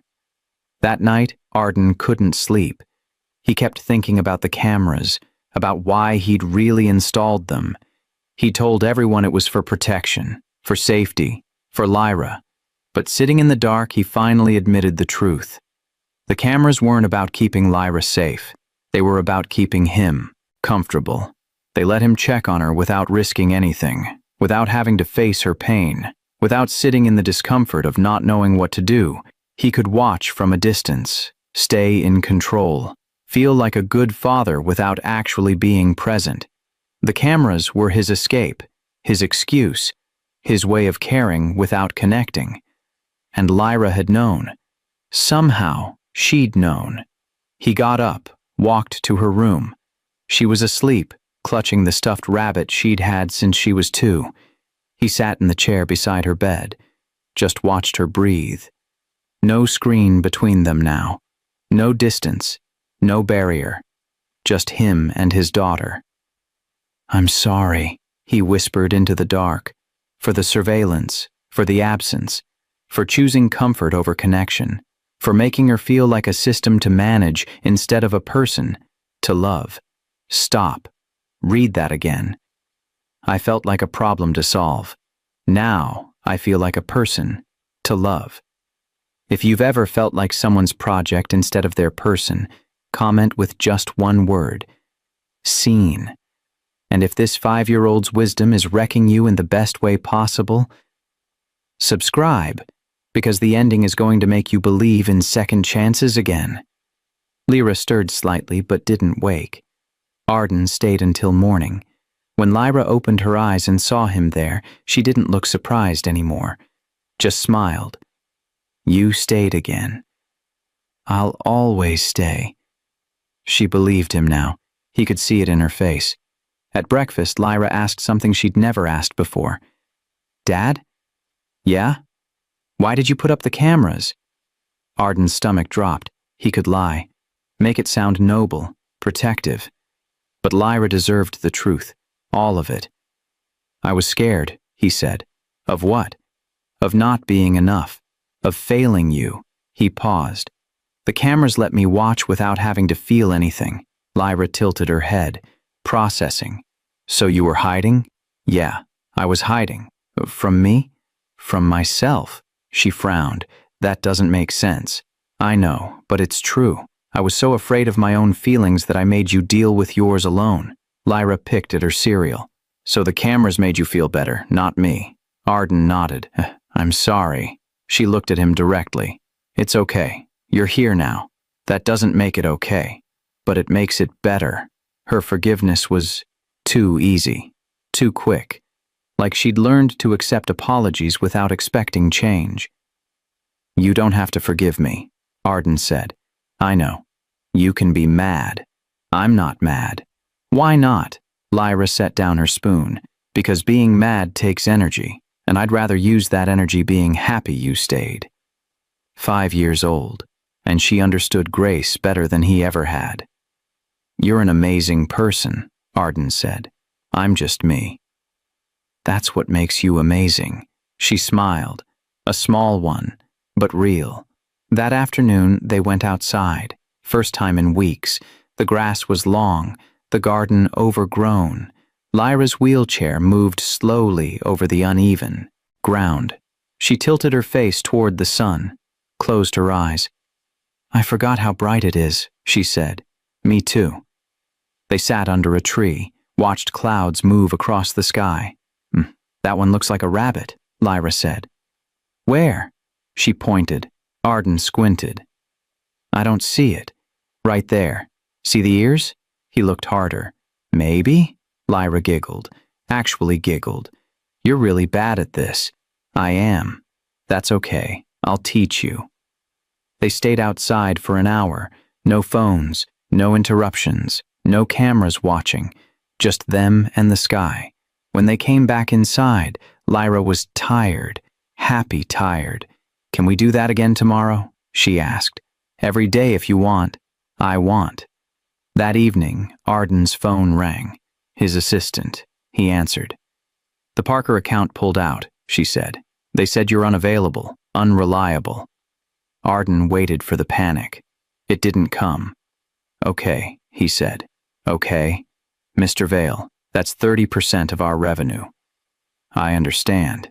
You understand. What am I supposed to tell the board?" "Tell them I'm with my daughter." Silence on the other end. For how long? As long as she needs me. That's not sustainable. Then I'll make it sustainable. How? I'll figure it out. More silence. Mr. Vale, you're going to lose everything. Arden looked across the room. Lyra was in her wheelchair, coloring. She glanced up, smiled at him. No, he said quietly. I almost lost everything. Now I'm getting it back. He hung up. Lyra wheeled over. Was that work? Yeah. Are you in trouble? Big trouble. Because of me? Arden knelt beside her wheelchair. No, because I finally chose right. What if you lose your job? Then I'll find another one. What if we lose this house? Then we'll find another house. A smaller one, we'll make it work. You promise? I promise. We don't need any of this. He gestured around them. We just need each other. Lyra's eyes filled with tears. You really mean that? I really mean that. She threw her arms around his neck. I love you so much. I love you too, sweetheart. She pulled back. I was scared you loved work more than me. Never. But you always left for it. I was wrong, and I'm never doing that again. What if they make you choose? I already chose. I chose you. She hugged him again. Tighter this time. Thank you. For what? For picking me. Arden held her close. You were always supposed to be first. I just forgot for a while. That night, Lyra asked him something that broke his heart. Dad? Yeah? Are you going to be sad if you lose everything? I won't lose everything. I have you. But the money, the house, your job, those are just things. But they're important things. Arden sat on the edge of her bed. They're not more important than you. She looked uncertain. How do you know? Because I can live without those things. I can't live without you. You could get another job, yes. But you can't get another me. Exactly. She absorbed this slowly. So I'm more important than everything else? Everything else combined. Really? Really? She smiled through tears. That's the best thing you've ever said to me. It's the truth. She grabbed his hand. Don't let them take you away from me. No one can. Promise? I promise.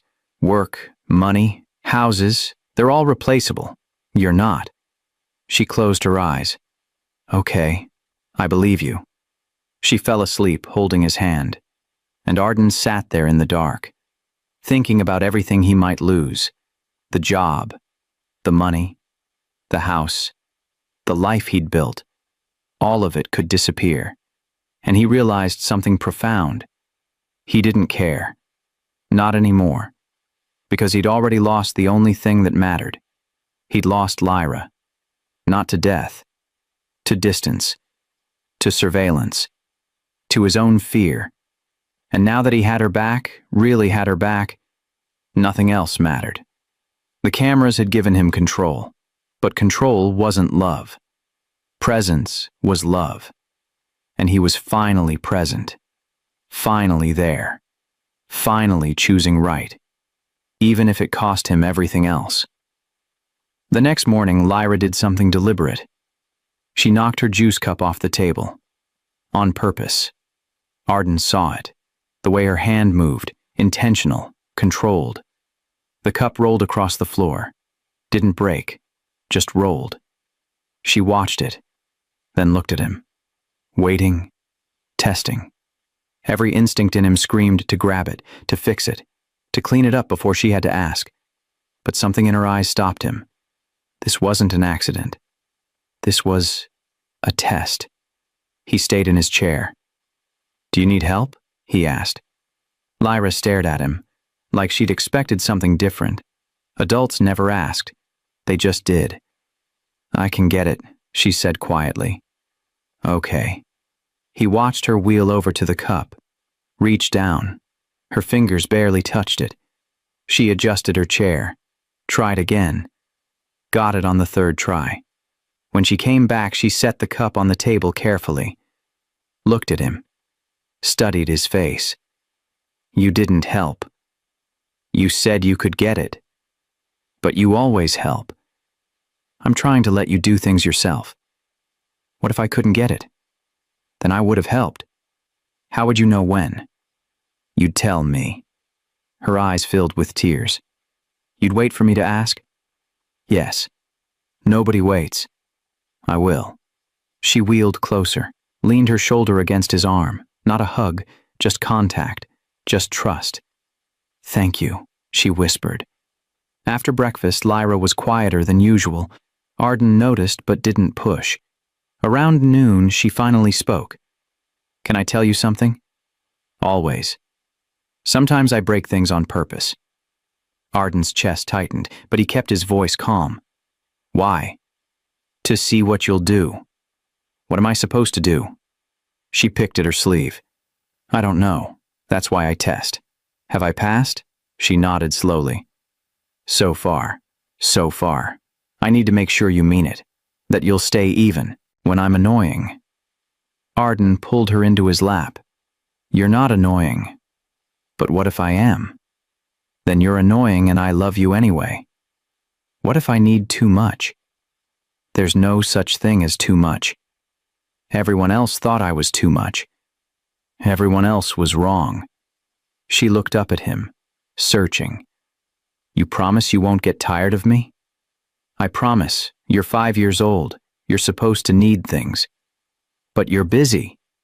Not anymore. Not for anything more important than you. Lyra rested her head on his chest. I'm going to keep testing you. I know. For a long time. That's okay. Really? Really? Test all you want. I'll keep passing. She was quiet for a moment. Then she said something that shattered him. What if I test forever? Then I'll stay forever. You can't promise that. Yes, I can. What if you die like Mom? There it was. The real fear. Then it won't be because I chose to leave. It'll be because I had no choice. But you'd still be gone. Yes. But you'd know I didn't want to be. She absorbed this. That's different than choosing to leave. Very different. Okay? She said it so simply. But Arden knew she'd just shared her deepest fear. That everyone left. By choice or by chance. And she'd be alone either way. That afternoon, Lyra did something unexpected. She asked him to play a game. Not therapy. Not learning. Just play. They built towers with blocks. Lyra knocked hers down on purpose. Watched Arden's reaction. He didn't flinch. Just said, "Want to build it again?" Yeah. They built 3 more. She knocked them all down. He never got frustrated. Never told her to be careful. Just kept building with her. On the 5th tower, she finally asked, "Aren't you mad?" No. Why would I be mad? I keep breaking them. That's the fun part. She stared at him. Really? Really. It's just a game. But I'm wasting them.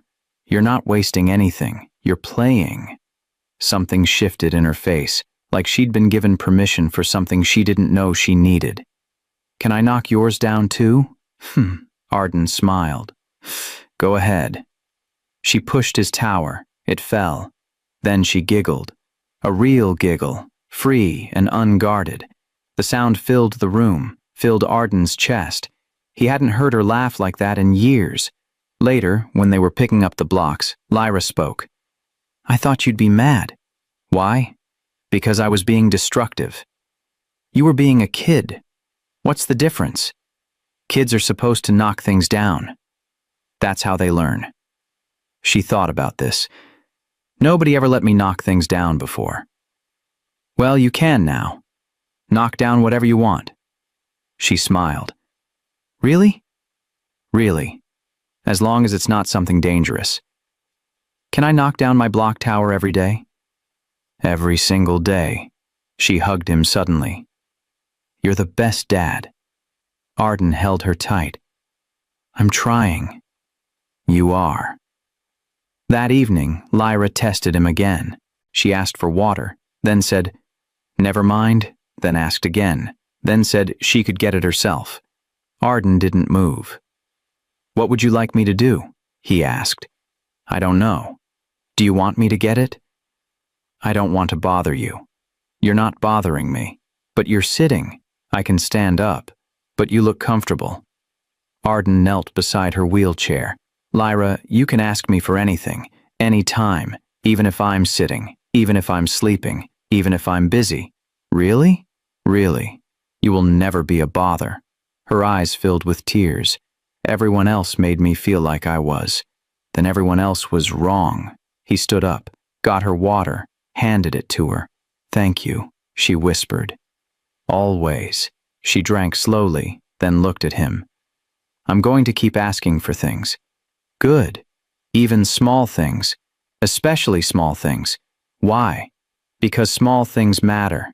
They're how you know someone cares." She nodded slowly. "Okay, I'll remember that." That night, Lyra asked to sleep in his room again. Not in his bed, just nearby. He set up her sleeping area beside his bed, tucked her in. "Dad? Yeah? I tested you a lot today. I know. Did I annoy you?" "Not even a little." "Really? Really? You can test me every day for the rest of your life. I'll still be here." She smiled in the dark. "Good. Because I'm going to. I'm counting on it." She reached up. He took her hand. "Thank you for not leaving. Thank you for giving me chances to stay." She fell asleep, holding his hand, and Arden understood something fundamental. Love wasn't proven in the big moments. It was proven in the tests, in the knocked-over cups, in the repeated questions, in the small asks that checked if you were really there. Lyra wasn't testing to be difficult. She was testing to feel safe, and he would pass every single test for the rest of his life, because that's what fathers do. They stay, even when they're tested, especially when they're tested. A week later, something went wrong. Not dramatically, just wrong. Lyra was trying to put on her jacket. Her arms wouldn't cooperate. The sleeves twisted. Her hands got stuck halfway through. She tried once, twice, 3 times. Each attempt made it worse. Her breathing got faster, frustration building. Arden watched from the doorway, every muscle in his body tensed, every instinct screaming, "Help her. Fix it. Make it easier." His body moved forward automatically, 1 step. Then he stopped, remembered. Wait. She hadn't asked, so he waited. Lyra struggled for another full minute. Her face was tight with effort, not crying, but close. Finally, she got one arm through, then the other. The jacket was on, backwards. She looked down at it, buttons in the back, collar twisted. Then she looked at Arden, her face crumpled slightly. "I did it wrong," she said. Her voice shook. "You got it on," Arden said gently. "But it's backwards. Do you want to fix it?" She thought about it. Her hands were shaking from effort. "No, I'm tired." "Then leave it." She stared at him. "Really? Really? But it looks stupid. Who cares? Everyone will see. Let them see." "But, Lyra," he knelt beside her. "It doesn't matter. You did it yourself. That's what matters." She looked down at the backwards jacket, then at him. Then she smiled. Just a little. Okay. They went outside like that. Jacket backwards, collar twisted, buttons facing the wrong way. Lyra didn't mention it again. Neither did Arden. When they got back, she took the jacket off herself. Slowly, carefully. This time she got it right. "I figured it out," she said. "I saw. You didn't help at all. You didn't ask." She wheeled closer to him. "It felt good, doing it myself. I bet. Even though it took forever. That's okay. You weren't annoyed? Not even a little. Why not?" Arden sat on the floor beside her. "Because watching you figure things out is better than doing them for you. Even when I do it wrong? Especially then. That's when you learn." Lyra thought about this. "Nobody ever let me do things wrong before." "Well, you can now. She smiled. Good, because I'm going to mess up a lot. I'm counting on it. That afternoon, nothing went according to plan. Lunch was late because Arden burnt the grilled cheese. Lyra spilled water on her drawing and the colors ran together. The TV remote batteries died. The tablet wouldn't charge. Small things, normal things, but nothing worked right, and Arden didn't rush to fix any of it. When Lyra spilled, he handed her a towel. I ruined it, she said, looking at the wet paper. What do you see? She looked closer. The colors mixed. Do you like it? She tilted her head. Yeah, kind of. It looks like a sunset now. Then it's not ruined. It's different. She studied the paper. I'm keeping it. Good. When the remote stopped working, Lyra got frustrated. Nothing's working today, she said. Some days are like that. Doesn't it make you mad? Not really. Why not? Because we don't need any of it to work. We just need each other. She looked at him. We could just talk? We could just talk. She positioned her wheelchair closer. Okay. What should we talk about? Anything you want. She thought about it. Can I ask about Mom? Arden's breath caught. She rarely asked. Of course. Were you sad when she died? Yes. The saddest I've ever been. Did you cry? Every day for months. I don't remember that. You were very young, and I tried to hide it. Why? Because I thought it would scare you. Lyra frowned. But everyone cries when they're sad. I know that now. Do you still cry about her? Sometimes. Not as much, but sometimes. She was quiet for a moment. Can I see you cry? The question stopped him. Why? Because I want to know it's okay. Her voice was so small, so honest. Arden felt tears build. He didn't fight them this time. Let them come. Lyra watched, reached out, touched his face where the tears ran. You're crying, she said softly. I am. Does it help? Yeah, it does. She nodded seriously. I want to try. Okay. They sat together. Quiet. After a minute, Lyra started crying too. Not loud, not dramatic, just tears. For her mother, for everything she'd lost, for all the times she'd held it in, for every moment she'd been too scared to fall apart. Arden held her, didn't try to stop it, didn't say it was okay, just let her feel it. When she finished, she wiped her face. That was really hard, she said. I know, but I feel better. Good. She leaned against him. Dad? Yeah? I'm glad we're messy now. Arden smiled through his own tears. Me too. Perfect was lonely. It was. This is better. So much better. They stayed like that for a long time. Nothing fixed, nothing perfect, just real. And somehow, that was everything. Later that night, Lyra was getting ready for bed. Today was weird, she said. How so? Nothing worked right. But it was still good. Why was it good? She thought carefully. Because you didn't try to fix everything. You just stayed with me while stuff was broken. Arden kissed her forehead.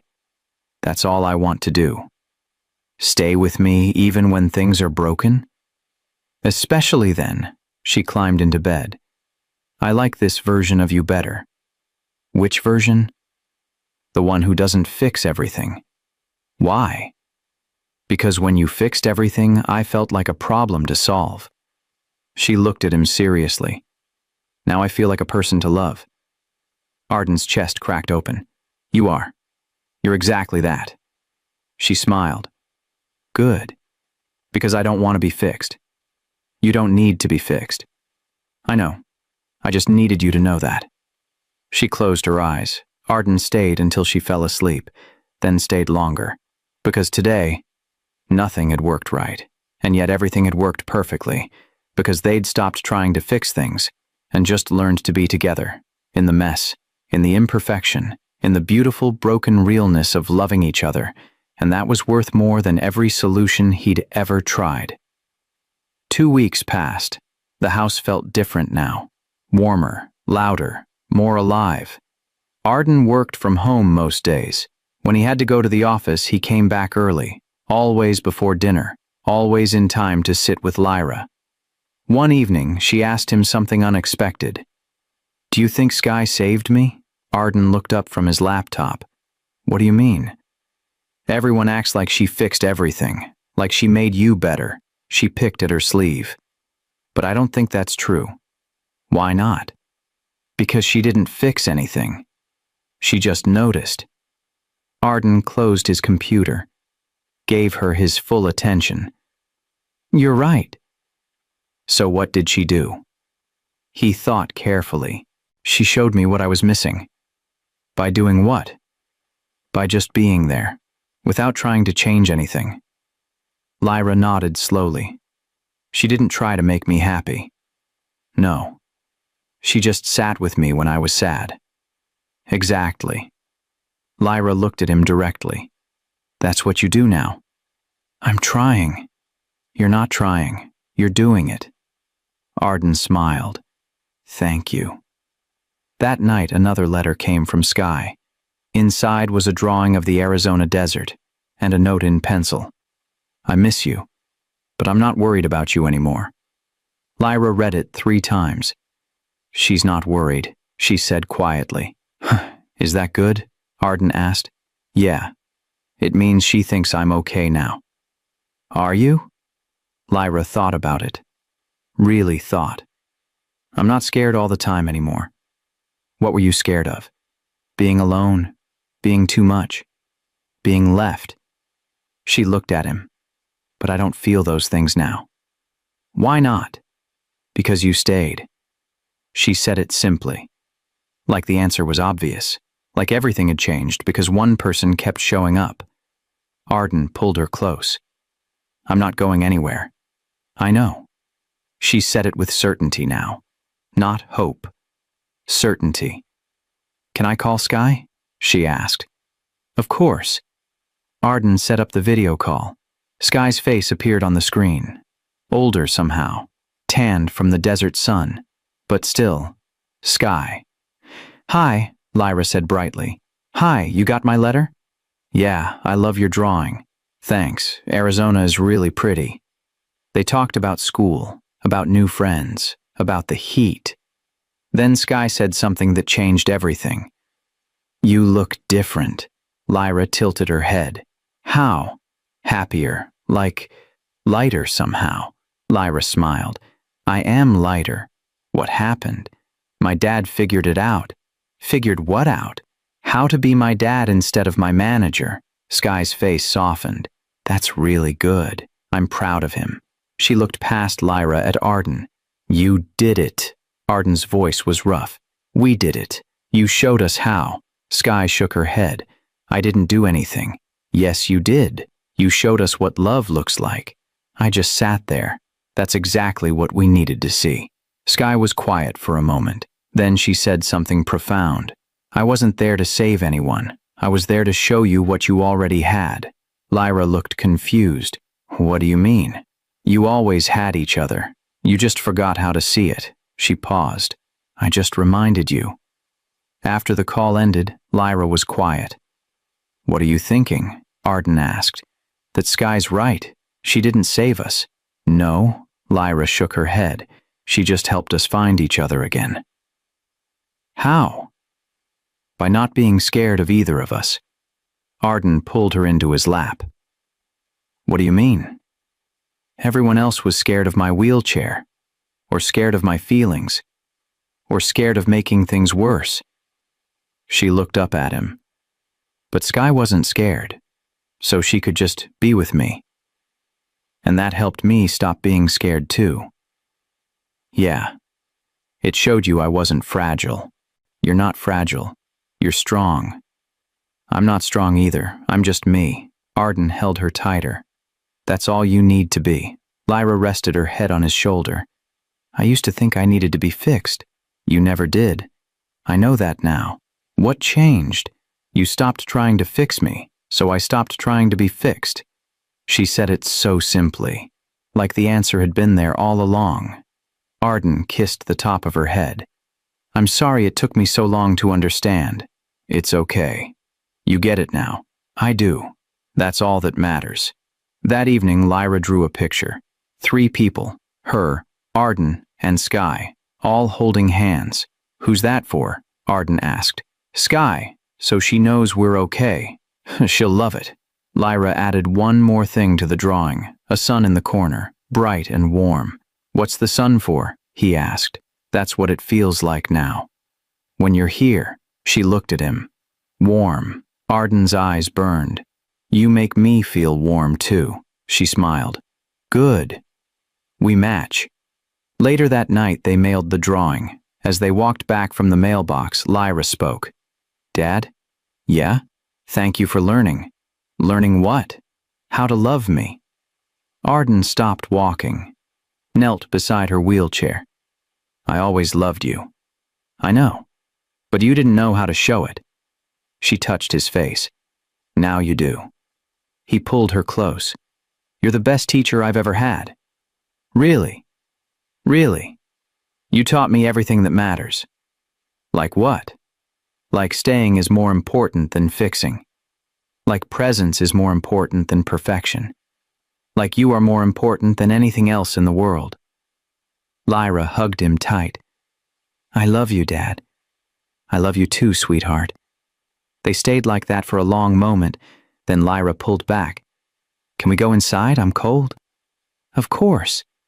As he pushed her wheelchair toward the house, she spoke again. Dad? Yeah? Sky was right. We did have each other the whole time. We did.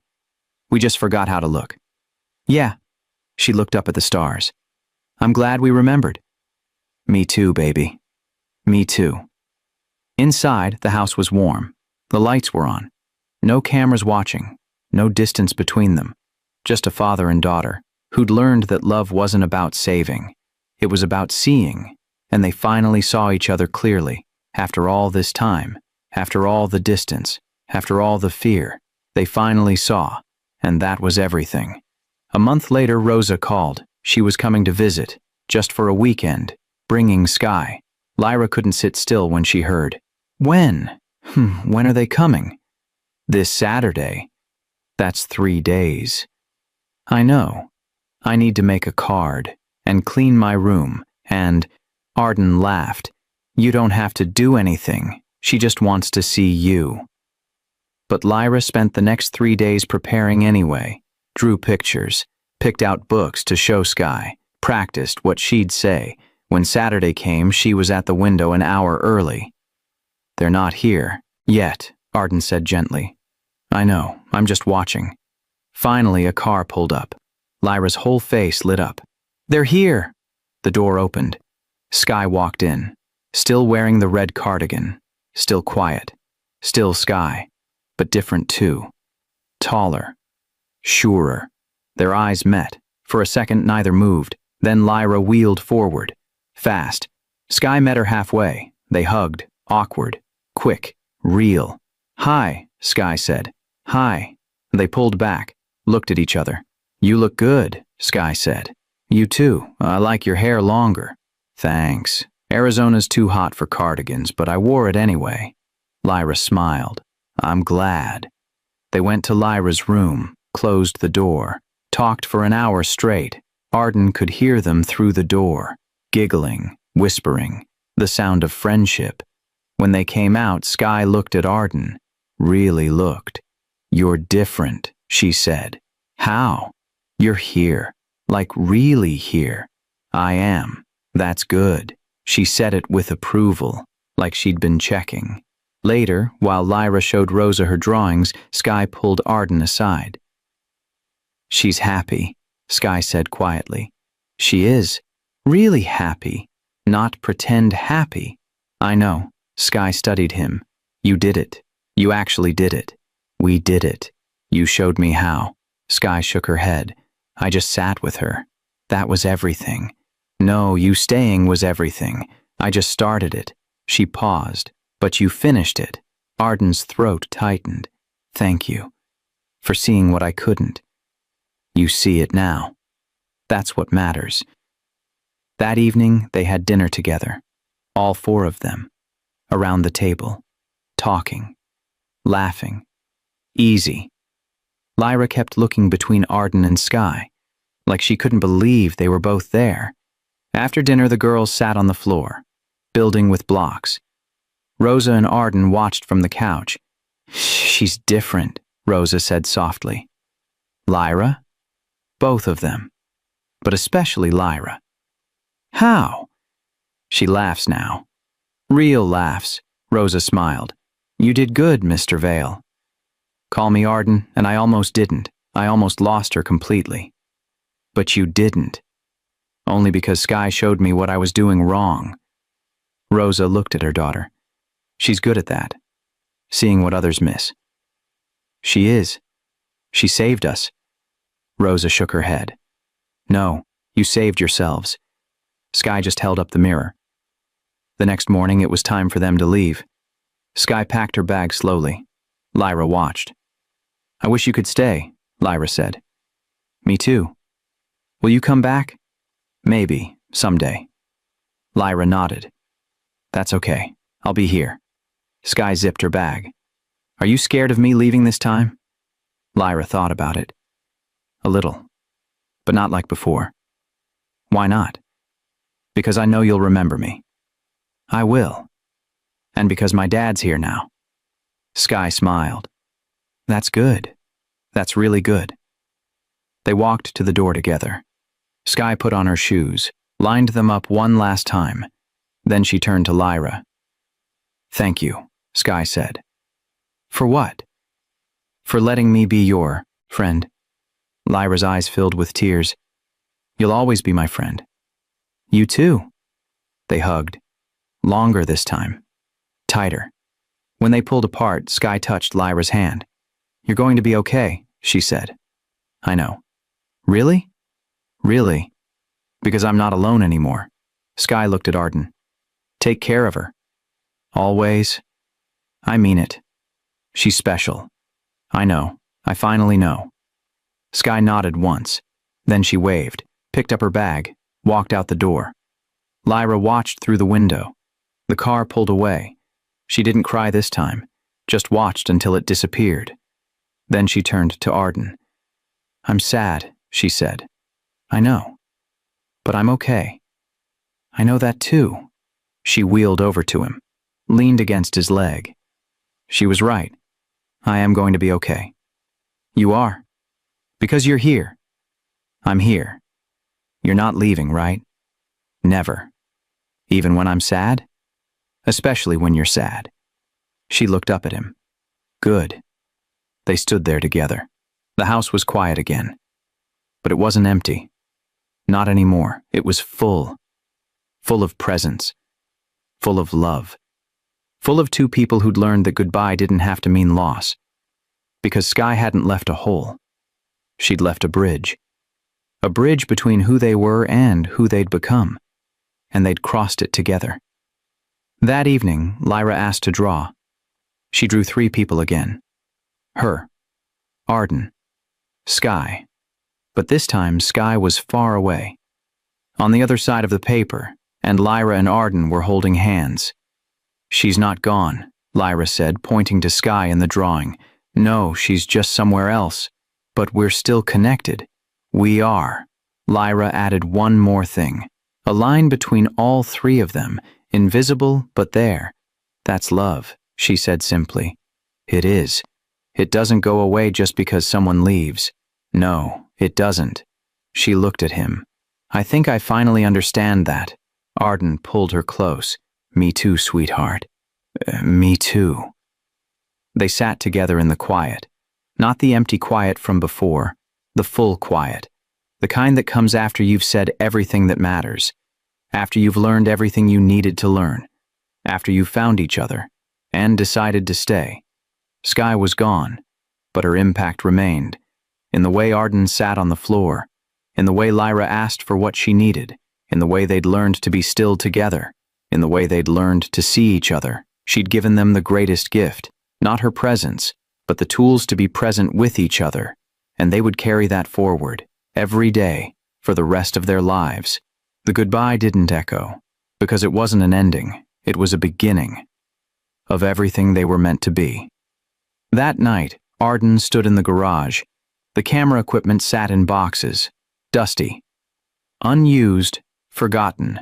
He'd packed it away weeks ago, but he'd never gotten rid of it. Just in case. Just in case he needed to check. Just in case something happened. Just in case he failed again. He stared at the boxes, then made a decision. He carried them to his car, all of them. Every camera, every cord, every piece of equipment that had let him watch without being there. Drove to the electronics recycling center, handed them over. The worker asked, "You sure? This is expensive stuff." "I'm sure." "No interest in keeping it? Even for resale?" Arden looked at the boxes one last time. "No, I don't need them anymore." He drove home lighter. When he walked in, Lyra was in the living room. She looked up. "Where'd you go?" "To get rid of the cameras, all of them." Her eyes widened. "All of them? Every single one? Even the system? Everything." She wheeled closer. "Why?" Arden knelt beside her. "Because I don't want them in my life, not even in boxes. What if you get scared again? Then I'll come to you, not to a screen." She touched his face. "You promise?" "I promise. No more watching from far away. Only being close." She hugged him. "Thank you." "For what?" "For choosing me over the cameras. It was never a choice. It should have always been you."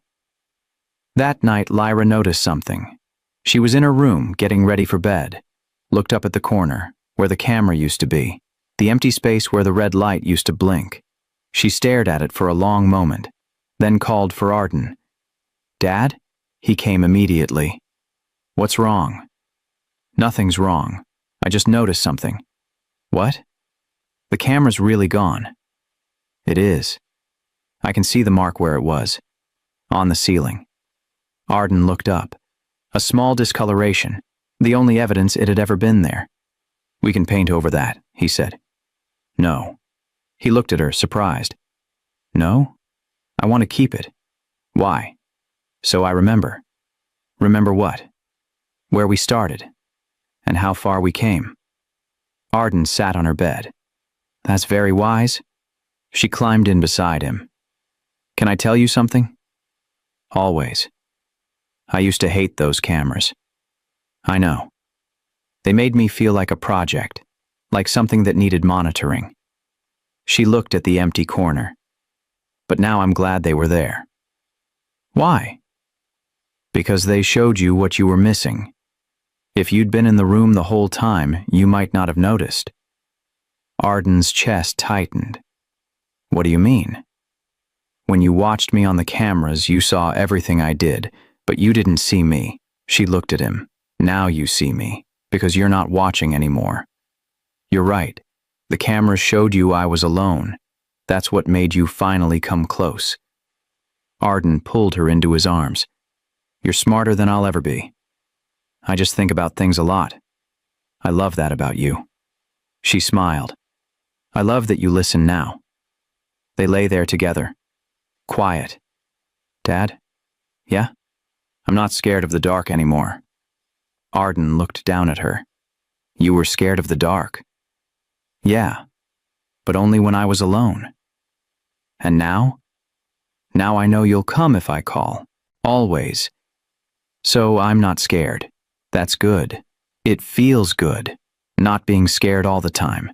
She yawned. "Can you stay until I fall asleep?" "I'll stay all night." "You don't have to. I want to." Within minutes, she was asleep. Arden stayed in the chair beside her bed, watching her breathe. No screen between them, no distance, no surveillance, just presence.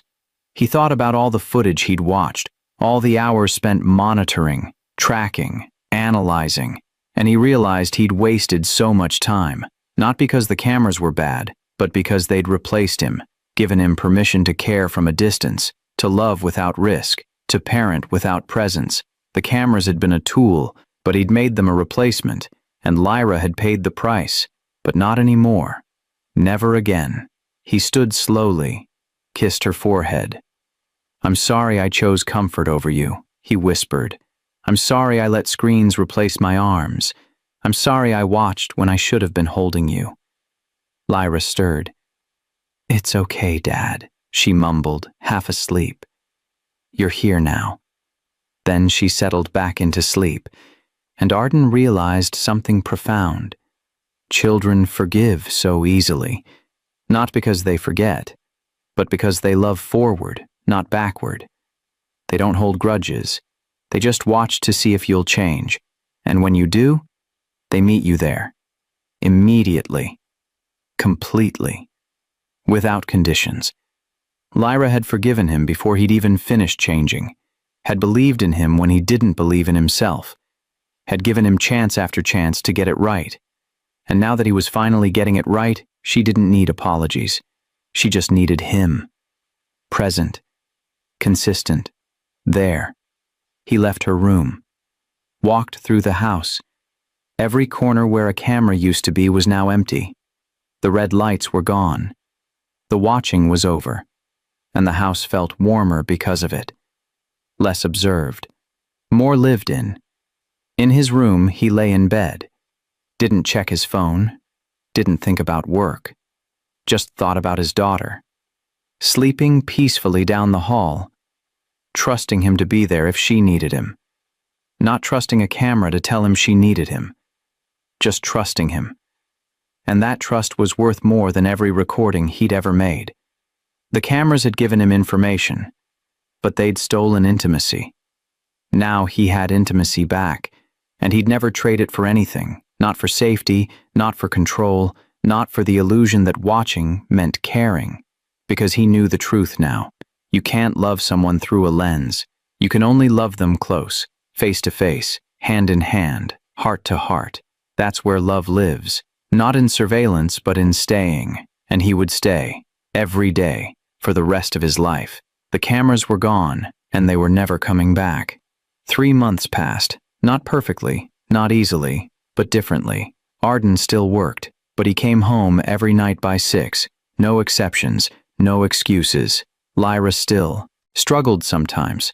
Bad days happened, frustration, pain, sadness.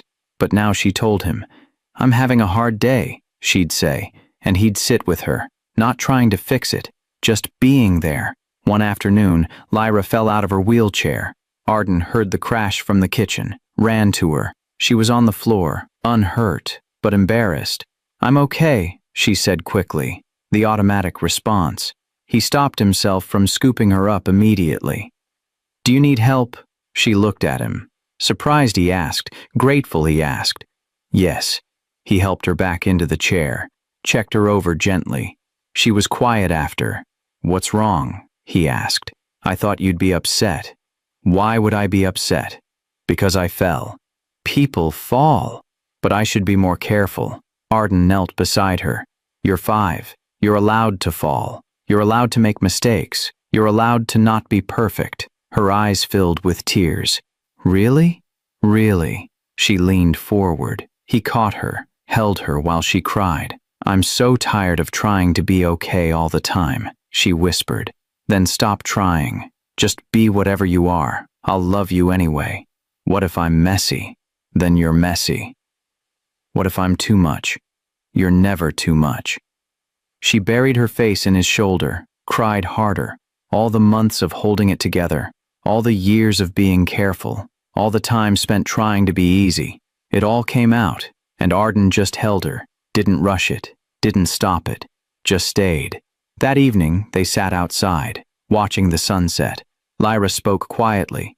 "Do you think Mom would be proud of us?" Arden's throat tightened. "Yes." "How do you know?" "Because we're finally real with each other." Lyra nodded slowly. "I think she would have liked that." "Me too." "Do you still miss her?"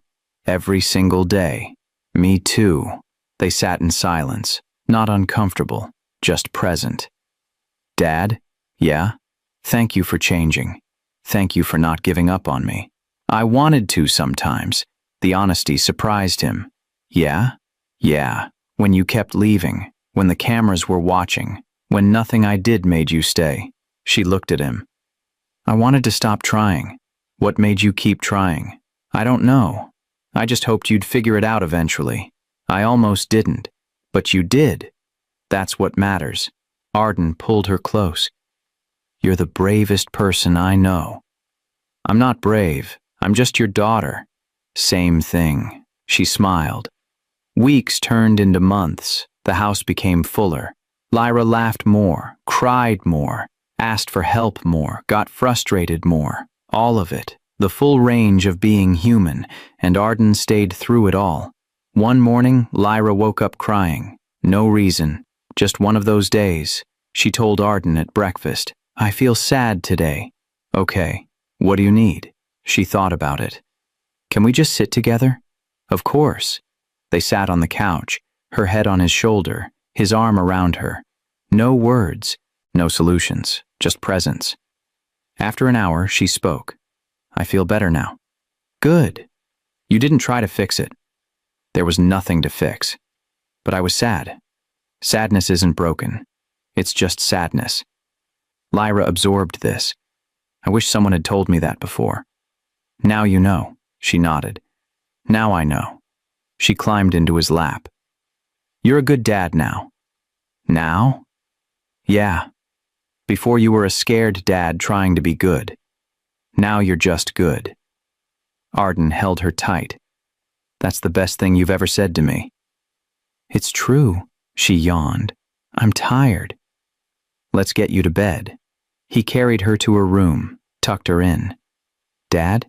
Yeah? Will you tell me about Mom? What do you want to know? What made her a good mom? Arden thought carefully. She wasn't perfect. She made mistakes. She got frustrated. She cried sometimes. He paused. But she was always there, always honest, always real. Lyra smiled. Like you are now. I'm trying to be. You are. She closed her eyes. I love you, Dad. I love you too, sweetheart. She fell asleep within minutes. Arden stayed, watching her breathe, thinking about everything that had changed. The cameras were gone. The distance was gone. The fear was gone. What remained was simple. Connection. Presence. Love. Lyra had never needed him to be stronger. She'd needed him to be softer. Not perfect. Just present. Not watching. Just staying. Not managing. Just loving. And now finally he was. He kissed her forehead, left the door open, went to his own room, lay in bed, smiled in the dark. For the first time in years, he felt like he was doing it right. Not because everything was perfect, but because everything was real. He'd spent years building systems, installing cameras, creating safety through control. But safety wasn't what Lyra needed. She needed connection. She needed someone who wasn't afraid of her pain, someone who didn't try to fix everything, someone who just stayed, even when it was hard, especially when it was hard.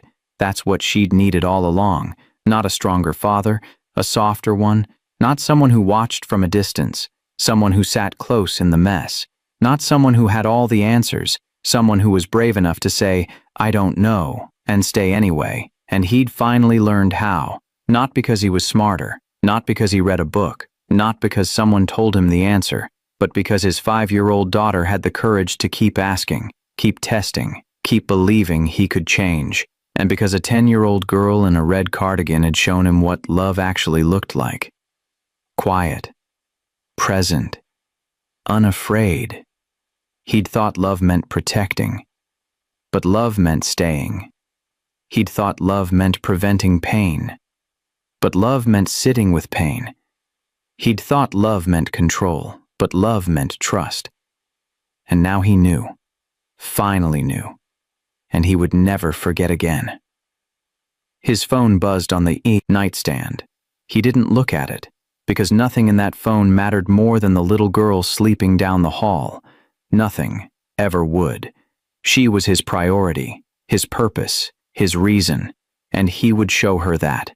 Every single day, for the rest of his life, not through cameras, through presence, Not through systems, through staying, not through surveillance, through love. The cameras had shown him what was missing, but she had shown him how to fill it, and the space between them was full now, full of truth, full of trust, full of the kind of love that doesn't need to be watched, because it's already being lived, every moment, every day, every time he chose her over everything else.